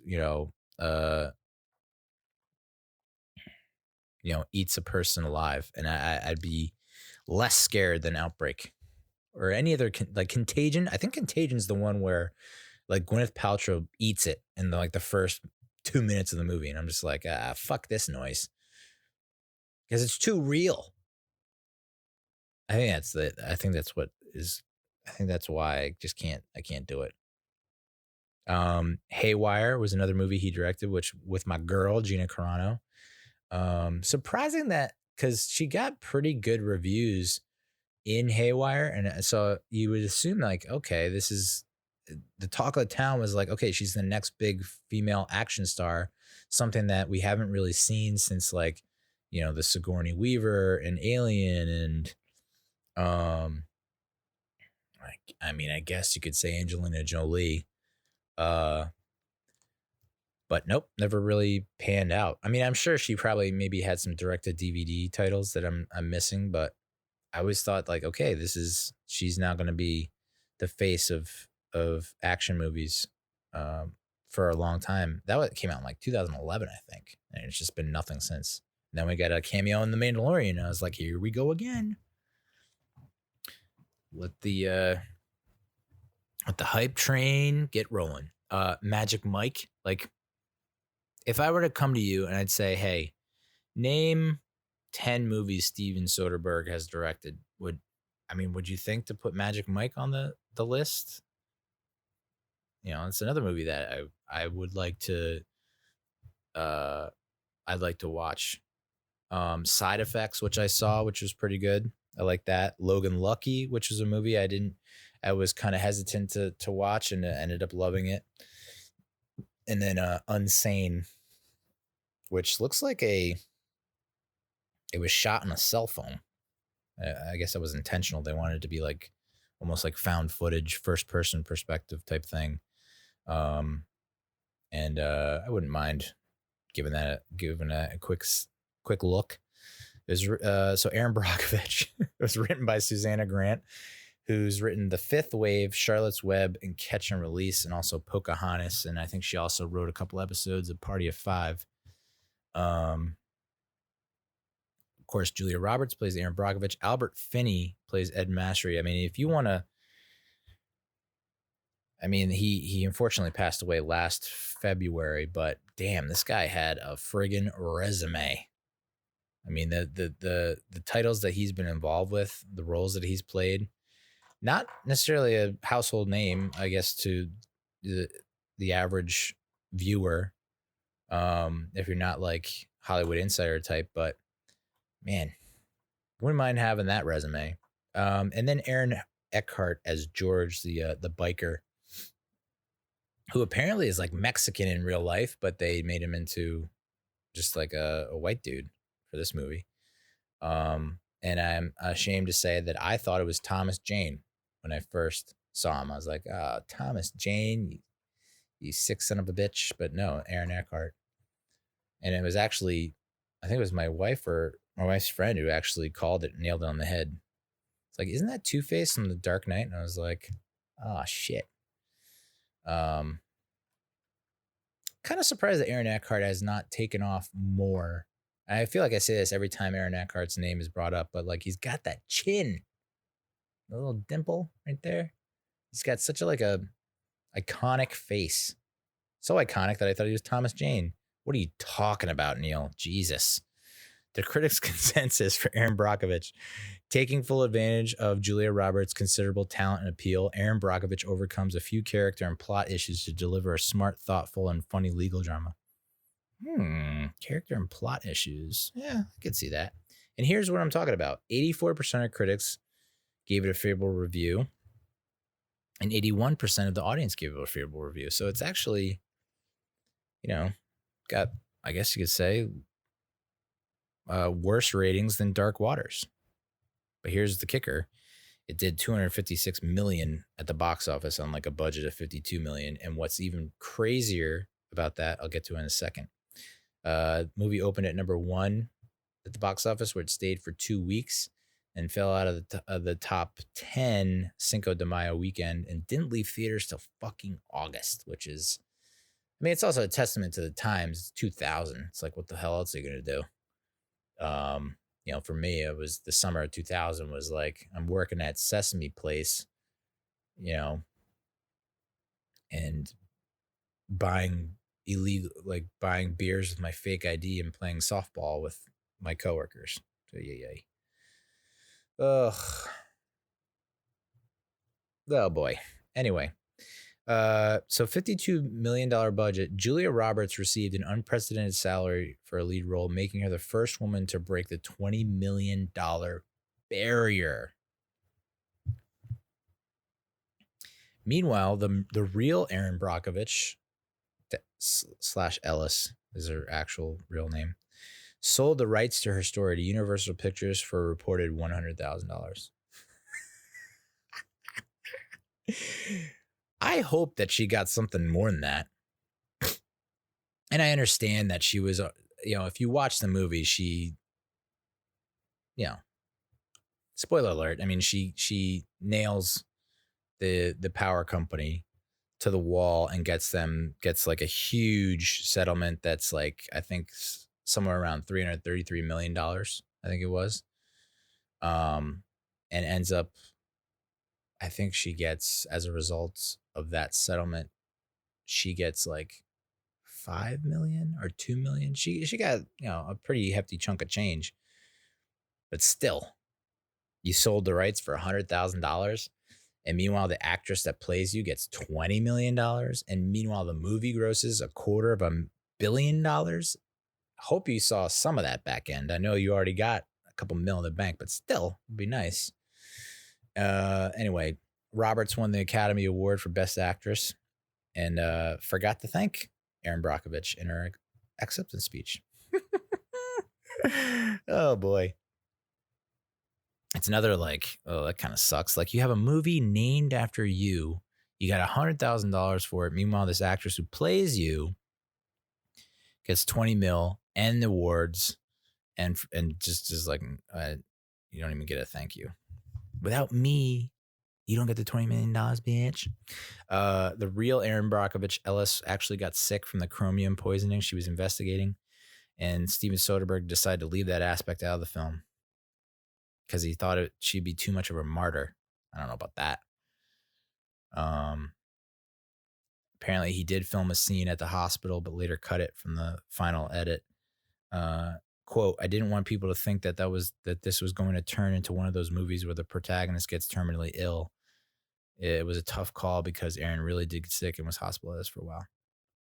I don't know. I feel like if you make that movie today, you definitely include that.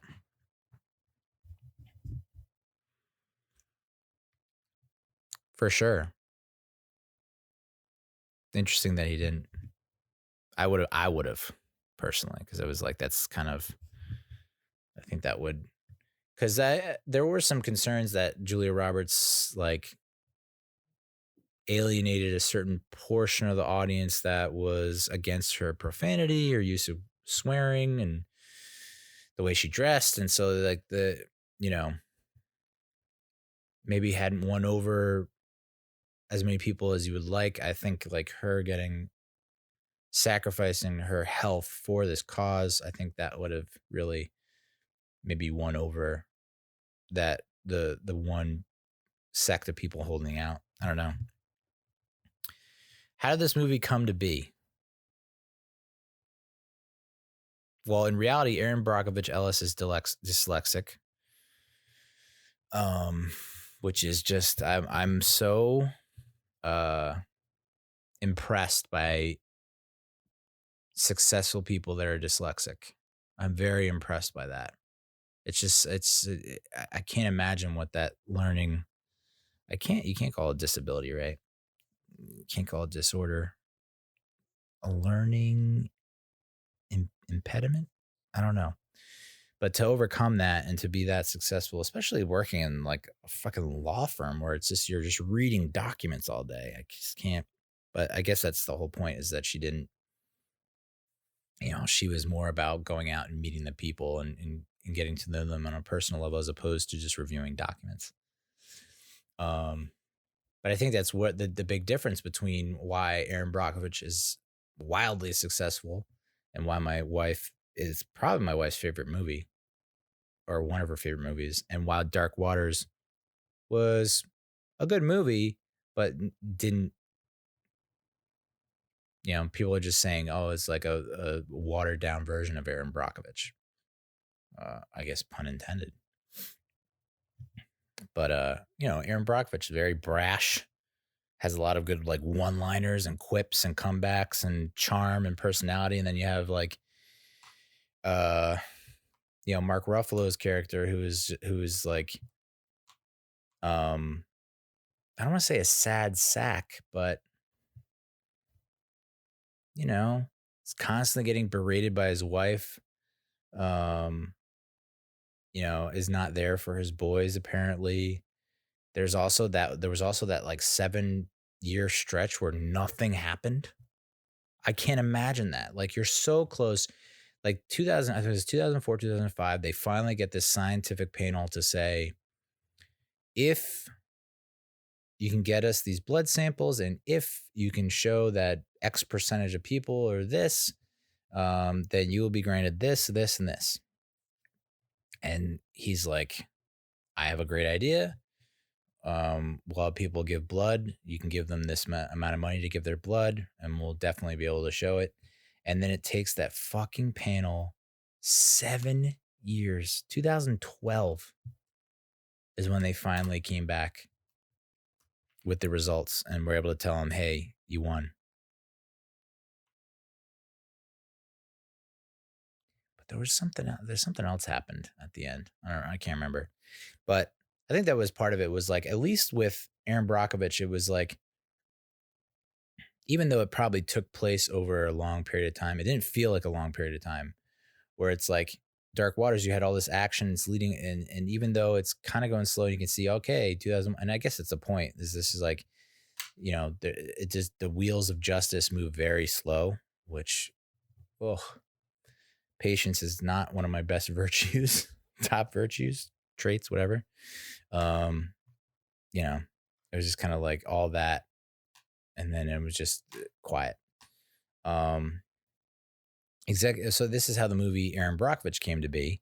Executive producer Carla Santos Schamberg's chiropractor told her about one of her other patients, Erin Brockovich, during an appointment. Carla told her husband, producer Michael Schamberg. And that's on me, because I feel like if I just talked more to people, got a little more gabby with people, I feel like that's how it leads to big things, but I just have never been that way. I've been very kind of closed off when it comes to talking to strangers, especially a doctor. It's like, what? Why would that doctor be talking about another patient? I don't know. You gotta soften up and be more, I guess, approachable is the lesson here. Albert Finney initially turned down the film, but Danny DeVito, that son of a bitch, had to convince Finney's girlfriend to convince the actor to change his mind. So without Danny DeVito, I mean, Albert Finney gave an amazing performance in this. It's hard to imagine I think Brian Cox comes to mind as like, if you know Brian Cox, he was like the chief of police in Super Troopers, and he's been in like the Jason Bourne series and X-Men, and like he's been in a bunch of had a bunch of roles. But he and Albert Finney have the same kind of makeup. I think Brian Cox is a little more he emotes more, but like I really liked Albert Finney's performance. And to think that he almost turned it down, I don't even know who you would get to play that character that would give you the same kind of that could be the same kind of punching bag for Erin Brockovich. Although it would be cool to see Danny DeVito in that role. To see him spar with Roberts. So that's Erin Brockovich. My wife went into a almost like a dissertation about how much the movie meant to her and how much she loves the movie and what it means for women, especially uneducated women who come from a certain type of background where they didn't have, certain things handed to them. And you could just tell it really connected with her. And it was just, it was inspiring listening to my wife kind of give like a almost like a motivational speech about Erin Brockovich. So that's that. That awkward moment, I don't need to spend a lot of time with it. It was just one of those situations where like, shit, there's nothing on TV. There's no movies that, the girls are not interested in XFL, probably for the best. So, I knew that they had maybe seen that awkward moment and they might have given it like a half thumbs up as like, this is a dumb comedy that you might enjoy. So I was like, all right, let's give it a shot. Rated R, an hour, 34 minutes, rom-com, came out end of January 2014. At that point, I was, Cassie and I were officially boyfriend and girlfriend. And I think I was probably asking her if she wanted to be in the shore house that I agreed to be in. So that was a good summer. Anyway, this movie, three best friends find themselves where we've all been at that confusing moment in every dating relationship when you have to decide, so ... where's this going? It's written, directed by Tom Gormican, who had no previous credits. And this is what I was getting at before, whereas like if I'm Tom Gormican, I'm happy, like with my life. Like I wrote and directed a rom-com, R-rated, that made it to theaters, had awesome act, had a good cast, and that made money. I'm good with that. He eventually created the series Ghosted, starring Adam Scott and Craig Robinson. I think it aired on Fox, which I tuned in for maybe half an episode, and I was like, I feel like this could be better. Zac Efron stars as Jason, Miles Teller as Daniel, Michael B. Jordan as Mikey, Imogen Poots as Ellie, Mackenzie Davis as Chelsea. If you listen to my episode where I reviewed Terminator Dark Fate, Mackenzie Davis is the new kind of hybrid Terminator in that movie. She is a very statuesque person. Jessica Lucas as Vera. And then, I could mention these names, but I don't think they're going to ring a bell. Their critics' consensus, formulaic and unfunny. That awkward moment wastes a charming cast on a contrived comedy that falls short of the date movies it seems to be trying to subvert. I'd say formulaic, sure. Unfunny, it's a bit harsh. There were some good moments. Definitely a charming cast. Contrived, yeah. It's 2014 and you have Zac Efron and Miles Teller as co-workers at a company where they design book covers. Like, if this were a period piece like in the 80s, I'd be like, all right, I could buy that. And they probably should have done that. But I guess they wanted to show, I don't know, that kind of dating, that wasn't the world dating in the 80s. I mean, I don't know. I was a kid, but I would imagine it's not the same as it was in 2014. It just didn't feel like true to its time, although they did have certain scenes where they cut away to someone checking on a computer or like their Facebook or Instagram feeds, I guess. But still, it's like, so you work for a book publishing company and you work for a book cover design company. Okay. Anyway, 22% of critics gave it a favorable review with a 4.11 out of 10 average rating. 46% of the audience gave it a favorable review with 3.18 out of 5, which I tend to side more with the audience on this. I didn't hate it. It wasn't atrocious. I don't think it was like not entertaining. It was just like, it's a dumb, predictable, and that's not a bad thing. Sometimes you need a dumb, predictable movie, especially when you've gone through some movies that just make you really work for it. You're just like, I just want to, it's Sunday. I don't want to think about work. I'm just watch this dumb comedy. Had a budget of $8 million, which is, I mean, I understand there wasn't a lot of like explosions and shit, but still, that's pretty impressive considering the cast. And it did 45.6 million worldwide. So, I mean, from a business standpoint, profitable, but I don't see a sequel in the in the making. It opened at number 2 its first week and then fell out of the top 10 right after Valentine's Day, which is, I mean, I guess that of all the metrics and benchmarks and whatever that you want to say for this movie, that's the most damning. You would think Valentine's Day would hit its stride and be like number 1, and it fell out of the top 10. So that should tell you a lot right there. Don't have much to talk about this movie. I will say the trivia. I mean, this is where, if you've never heard of Blacklist is a list of the most liked unmade scripts of the year. And I always kind of looked at Blacklist as, for some reason, I looked at it as like, oh, it's the gold standard. I would love to get on the Blacklist one day. And apparently the screenplay for this movie was featured in the 2010 Blacklist, which would make sense because Tom Gormican had 0 credits before this came out. So interested to see if he's got anything else in the works. This is how, you want to talk about the wheels of justice turning slow. This made the 2010 Blacklist and wasn't released until 2014. And I'm not even close to finish with mine. So it'll probably be released in the year 2065. When movie theaters probably don't even exist. They exist in our heads. Because they're implanted, y'all. So that's TV and movies. Let's talk Mets really quickly. Don't have a whole lot here.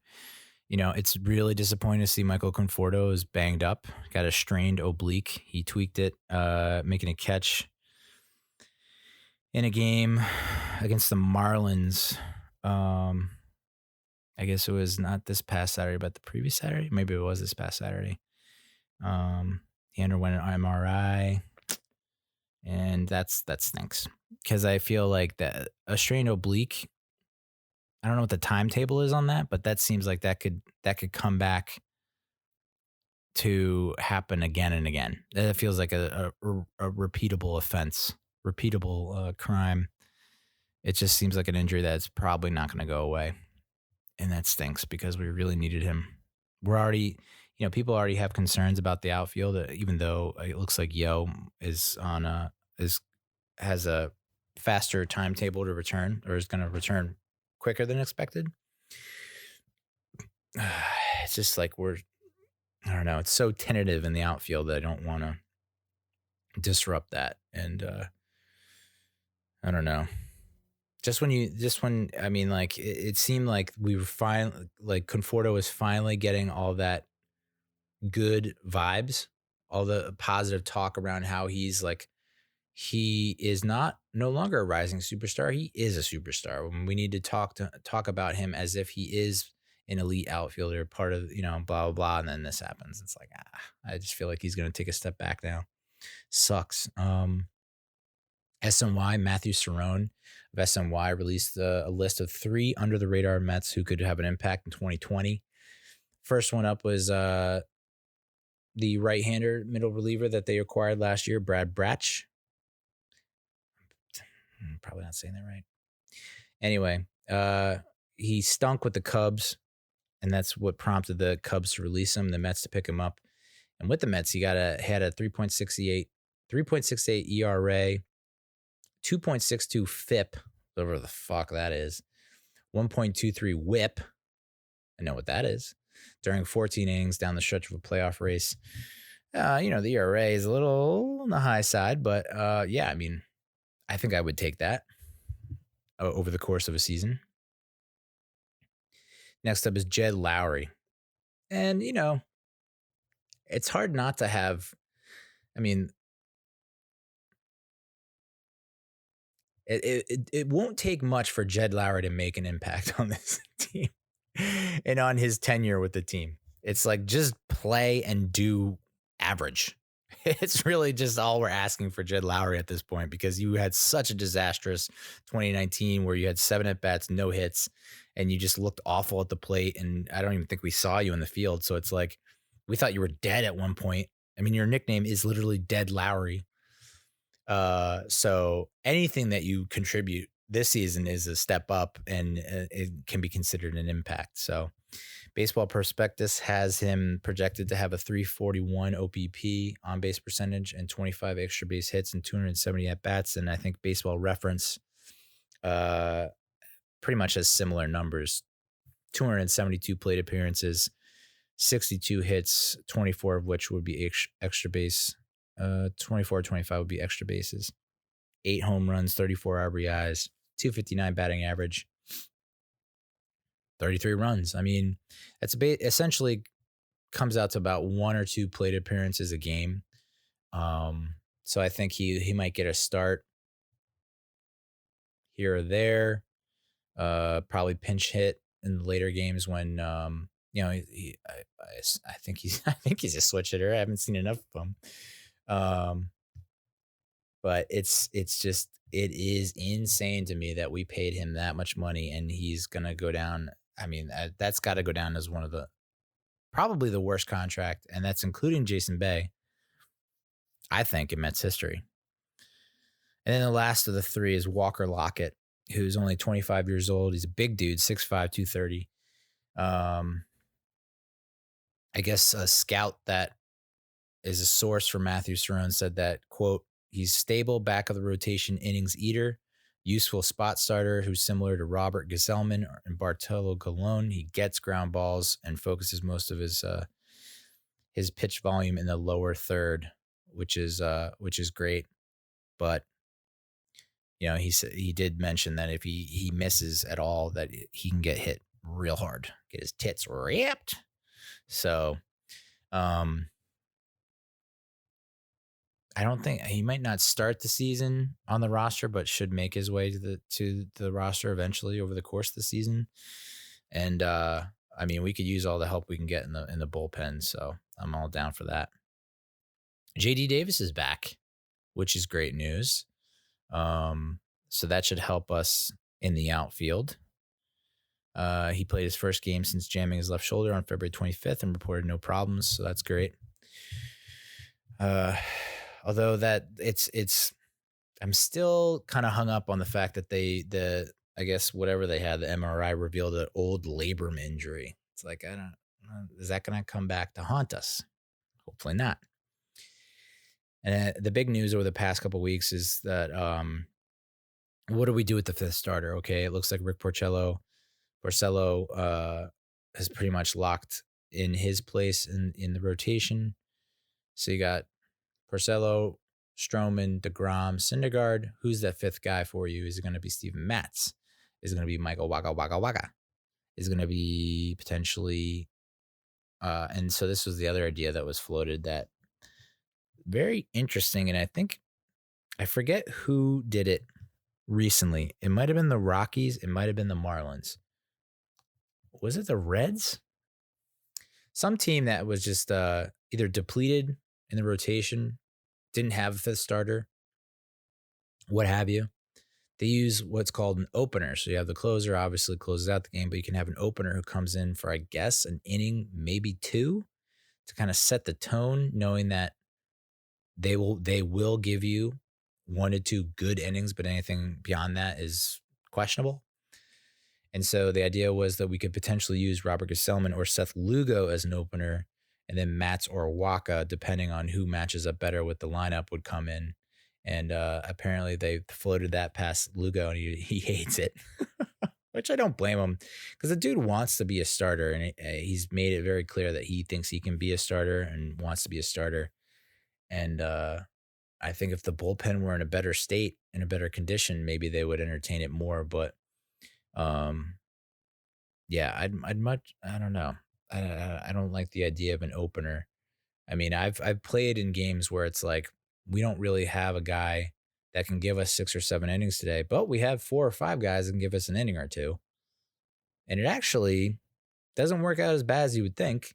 I think it can work, and it has worked in the past. I've seen it work in the past where it's like, just when you get a beat, first of all, no one is seeing the same guy twice. So you're seeing all new pitches, all new pitchers, with almost every, 3 batters or whatever it is, unless someone gets lit up. Like, it's just, you're not going to see the same guy twice. So I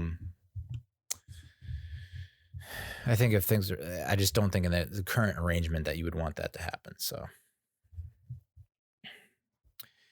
but I tell you, I don't hate the Porcello signing. I don't hate the Waka signing. I think, Lockett comes around, Justin Wilson pans out, Lugo, Gesellman, if they all get back to where we know they can pitch, the bullpen is not as bad as we think it is. Edwin Diaz just needs to fucking, I don't know. My hopes have been severely tempered over the past few months. I'll say that much. But I just want opening day to come. Although Thor, my God, just throwing like in his boxers briefs with children in the crowd, and I mean, it must have been a goddamn flood at that ballpark with all the women in the stands. And he had all these like little things like electrodes all over himself. And I guess that's to analyze his throwing motion or something like that. I was like, I wish I had that shit when I was in college. I would not have been lit the fuck up. Yes, that's Mets. Yet again, Neal Lynch, shitty Mets fan, giving horrible insight into the Metros, but I don't know what to tell you.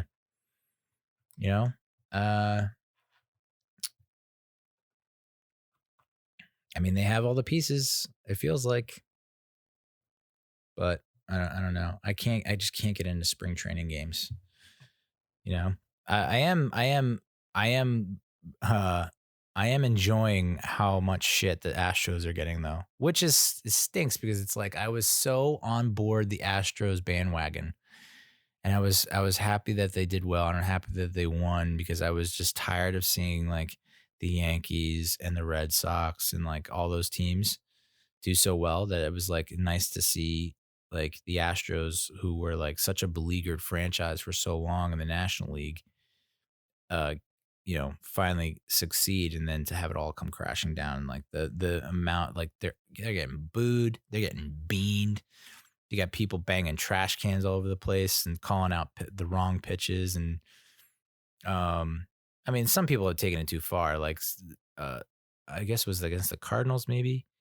Someone threw a nasty hook to Correa, maybe, and Correa's knees buckled, and it's like, oh, that's what happens when you don't know what's coming. It's like, oh, it was also like a filthy pitch. So let's give the pitcher some credit on that. Anyway, I guess some pitcher is suing, maybe the Astros, which fuck it. Yeah, I guess if you're like out of the league and you're like, I didn't really save for retirement, I might as well go for a lawsuit. All right, so let's talk Giants. We're going to start with free agency. We'll move into the draft. Surprise, surprise, the Giants are not in the mix for QB Tom Brady. I mean, it should be fucking illegal, punishable by death for anyone to report something as silly as that was. That was just the odds of that coming together. The probability is 0.01%, if that. And people were reporting it as if it's an actual possibility, and it hurts me that people can get that bored, that to be willing to make up shit like that. There's got to be something like demerit system or something. I don't know. Like that, did whoever reported that, was that actually legitimate? Like, it's total speculation and rumor. He's going back to the friggin' Patriots, that's for sure.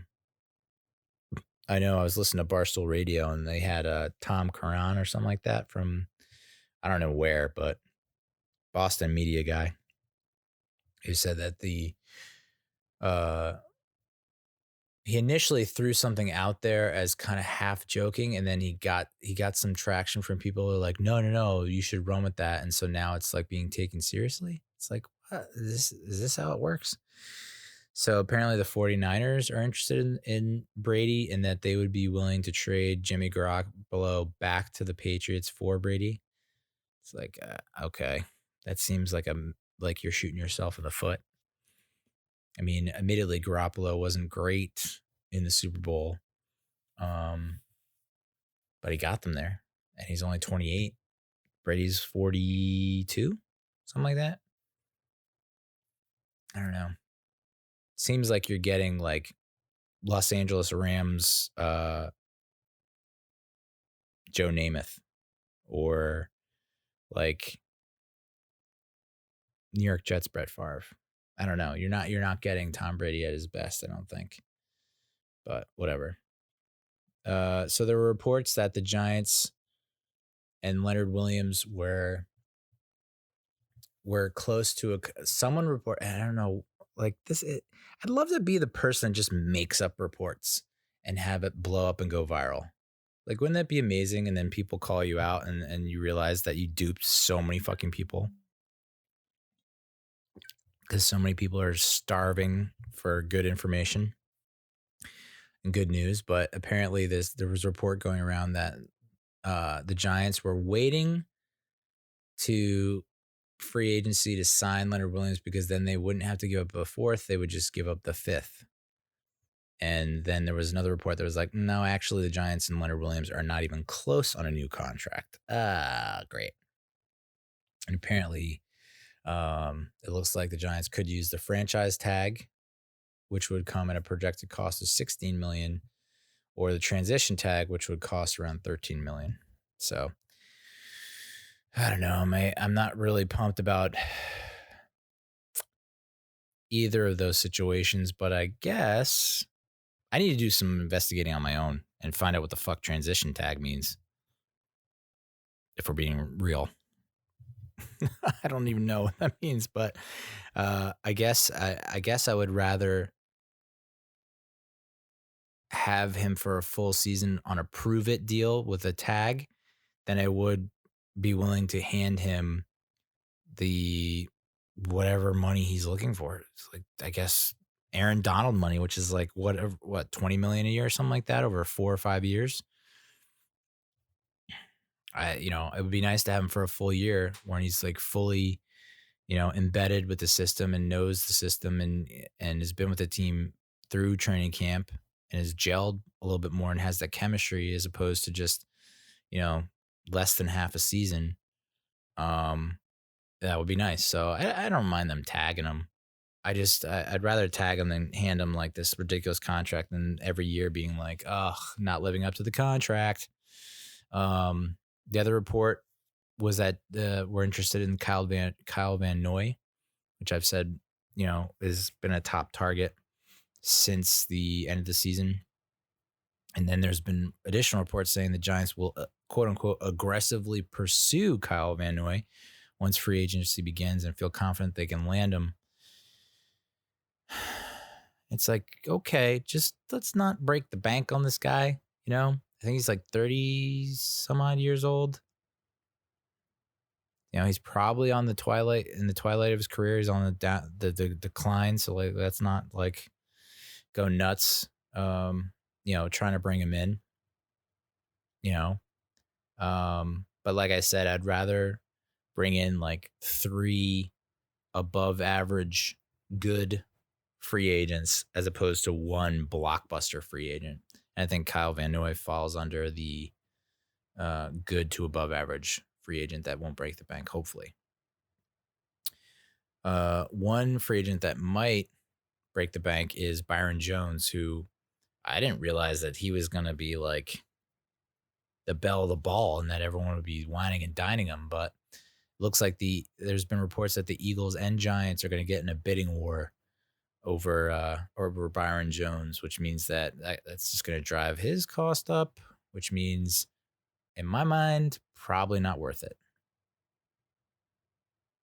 But maybe Jason Garrett can speak to that more and be like, no, actually, you do want to spend that money on him because he is worth it.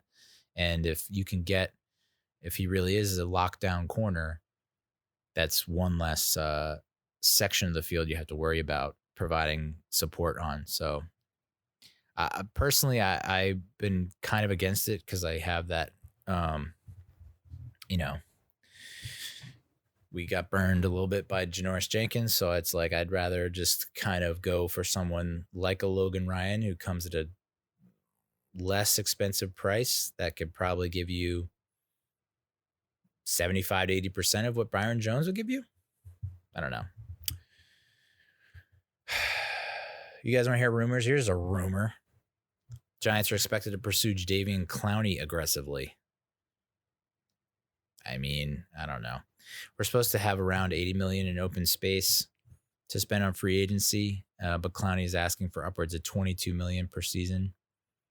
And forget who. This might be a tweet from Vincent Reposardi, I think. But instead, we should do Kyle Van Noy, Marcus Golden, and Byron Jones. So Jones would probably be in the.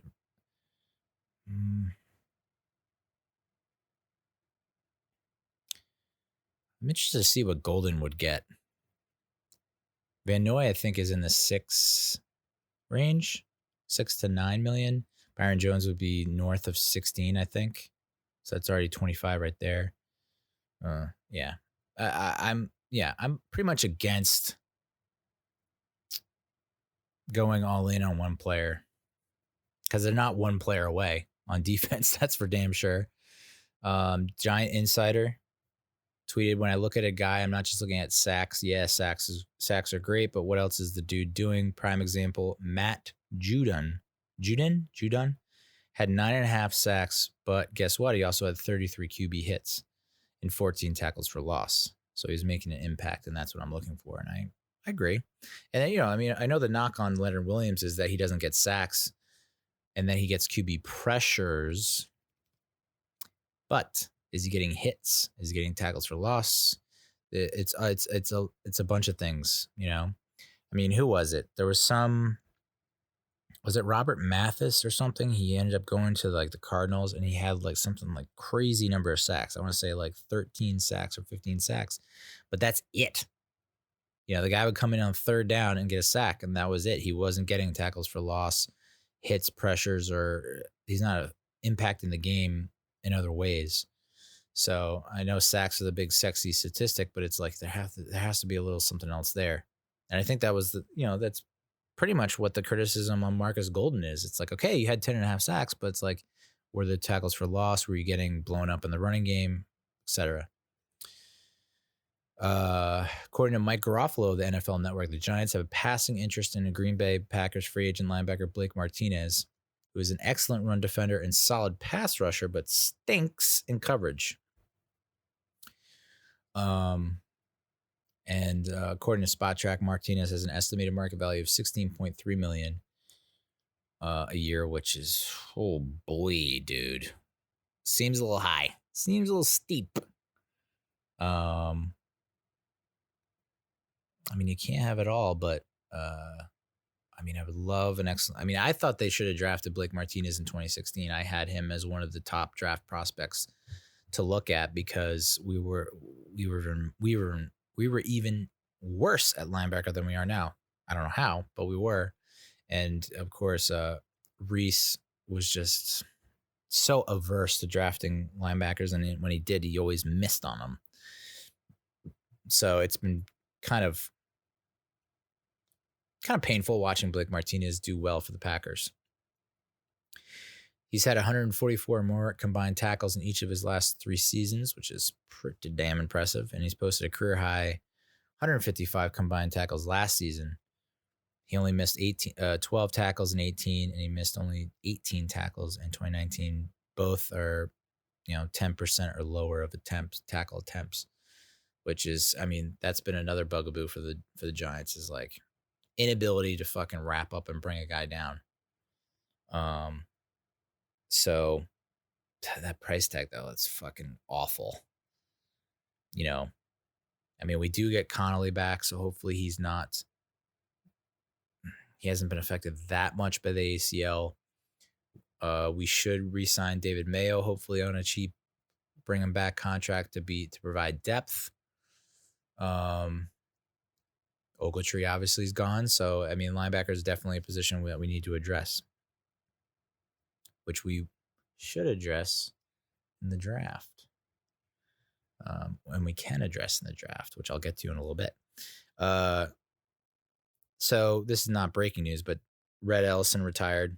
The Giants are going to save $5 million against the cap with that decision. So what does that mean for the tight end position? So you have Caden Smith. Scott Simonson was released.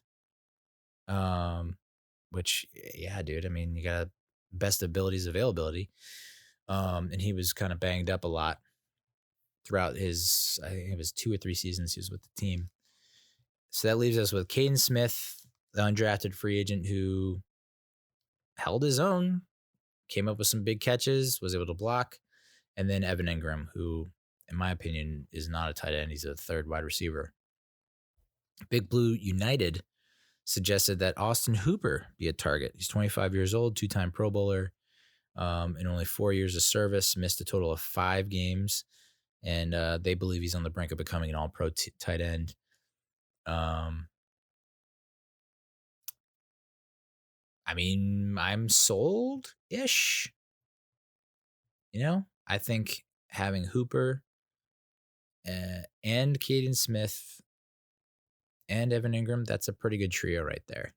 I wouldn't mind going to war with those 3, especially when it's like Engram doesn't necessarily need to be in the game on many rundowns. I mean, he should be primarily a red zone menace. And he, in 3 wide sets, he's in the slot. Like, that's how I envision Evan Engram working, and I guess that's telegraphing the play when he's in, it's not a run, but at the same time, it's like, you can't have him getting hurt all the time. So, Matthew Berry reported that an inside source says the Giants don't believe Evan Engram can ever stay healthy. I mean, you think? And the source believes Engram is a candidate to be traded during the upcoming season. So this is where things get interesting. I mentioned Vince Rapsardi before. Here he is again. In 2018, Evan Engram led the entire league in average separation yards, was 3rd in yak per reception.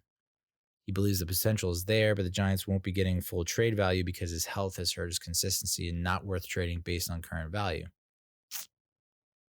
Yeah, but you wouldn't be trading based on current value. You'd be trading based on potential and also historical performance when he is healthy.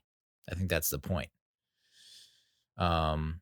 Which leads me to the draft. So I'm getting very excited about the draft. I hope you are too, if you're a Giants fan, because there's a lot of upside here. There's a lot of potential, and this is going to be a very pivotal draft for Gettleman because it's a make or break draft for him, and I think he is set up for success.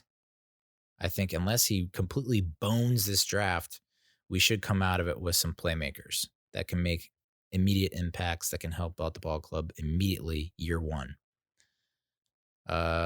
So Twitter user @JParacelli tweeted, "Yo, would people be pissed if we got Isaiah Simmons, the Clemson linebacker, with our first pick and used Engram to trade up for Tristan Wirfs, the Iowa tackle?" No, would not be pissed one bit, because the way I see it, I mean, Engram is a weapon. I'm not denying it. I put out a friggin' blog post about how he would be. It was definitely premature. It was before, when he was drafted, before the 2017 season kicked off. I said he is set up to be one of the greatest Giants tight ends of all time, if he can stay healthy, and he couldn't. So, not knowing that, he probably is better off as a wideout, but no, not pissed off at all. 2 players for the price of 1, and you're getting an instant starter on defense who potential to be a Pro Bowler or All Pro, maybe not in his first season, but in the first 4 seasons at the linebacker position, which has been so tough for us to crack in the past 15 to 20 years. You get a playmaker on defense, and then you also get a potential starter on your offensive line at right tackle, possibly move him to left, and then move Solder to right. I'm not going to hate on that. I mean, listen, I know I was very high on Evan Engram last year. I've owned up to the fact that it was probably I probably got caught up in a lot of things, because he is such an excitable player that's contagious, his energy. And I think he is a positive influence on the team. But, dude, it's tough when you cannot stay on the field. And, he is a big trade chip. The team has to make, like I said last episode, the team has to make a decision on him before May, I think, about extending him for 2021. I think it's a club option. So,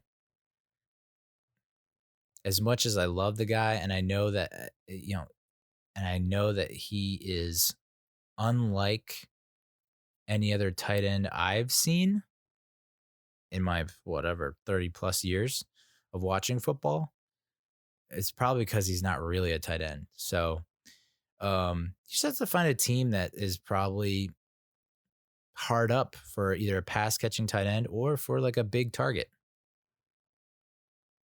So, I mean, I would not be devastated if we traded Engram.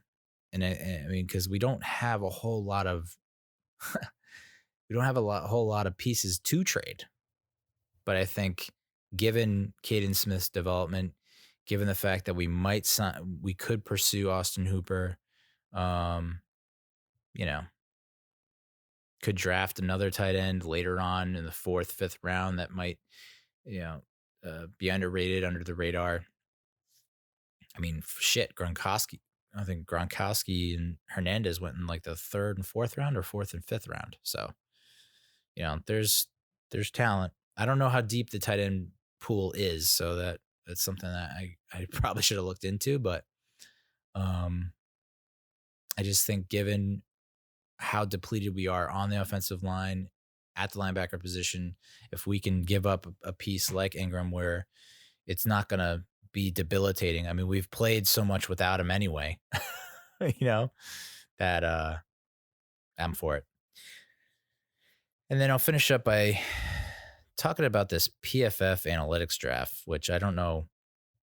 I guess it's just I don't know. I didn't look into why it's called an analytics draft as opposed to just a normal mock draft, but I guess it's based on they determine by numbers what your position of need is. And I guess for Pro Football Focus, our position of need at number 4 in the first goddamn round of the NFL draft is wide receiver, which is mind blowing. PFF says that we should consider, and it's not the receiver that you think.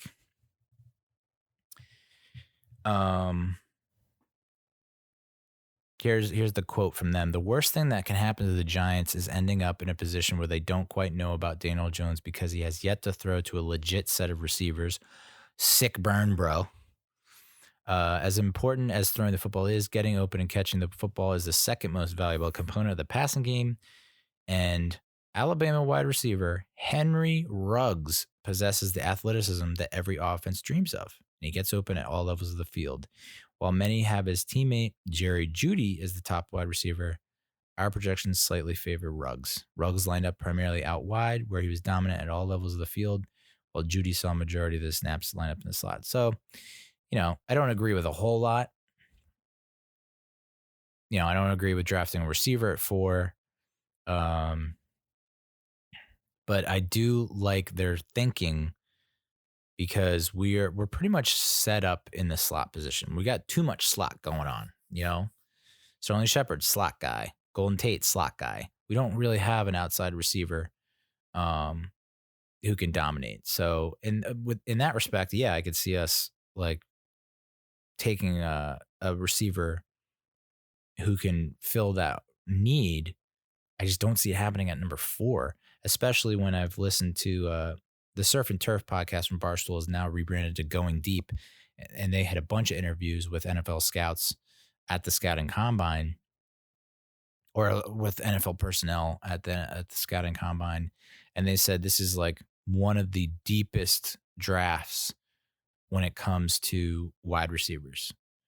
So, in my mind, I'm willing to go without a receiver in the first and second rounds because I know that there's plenty of talent to be had on day 2, day 3.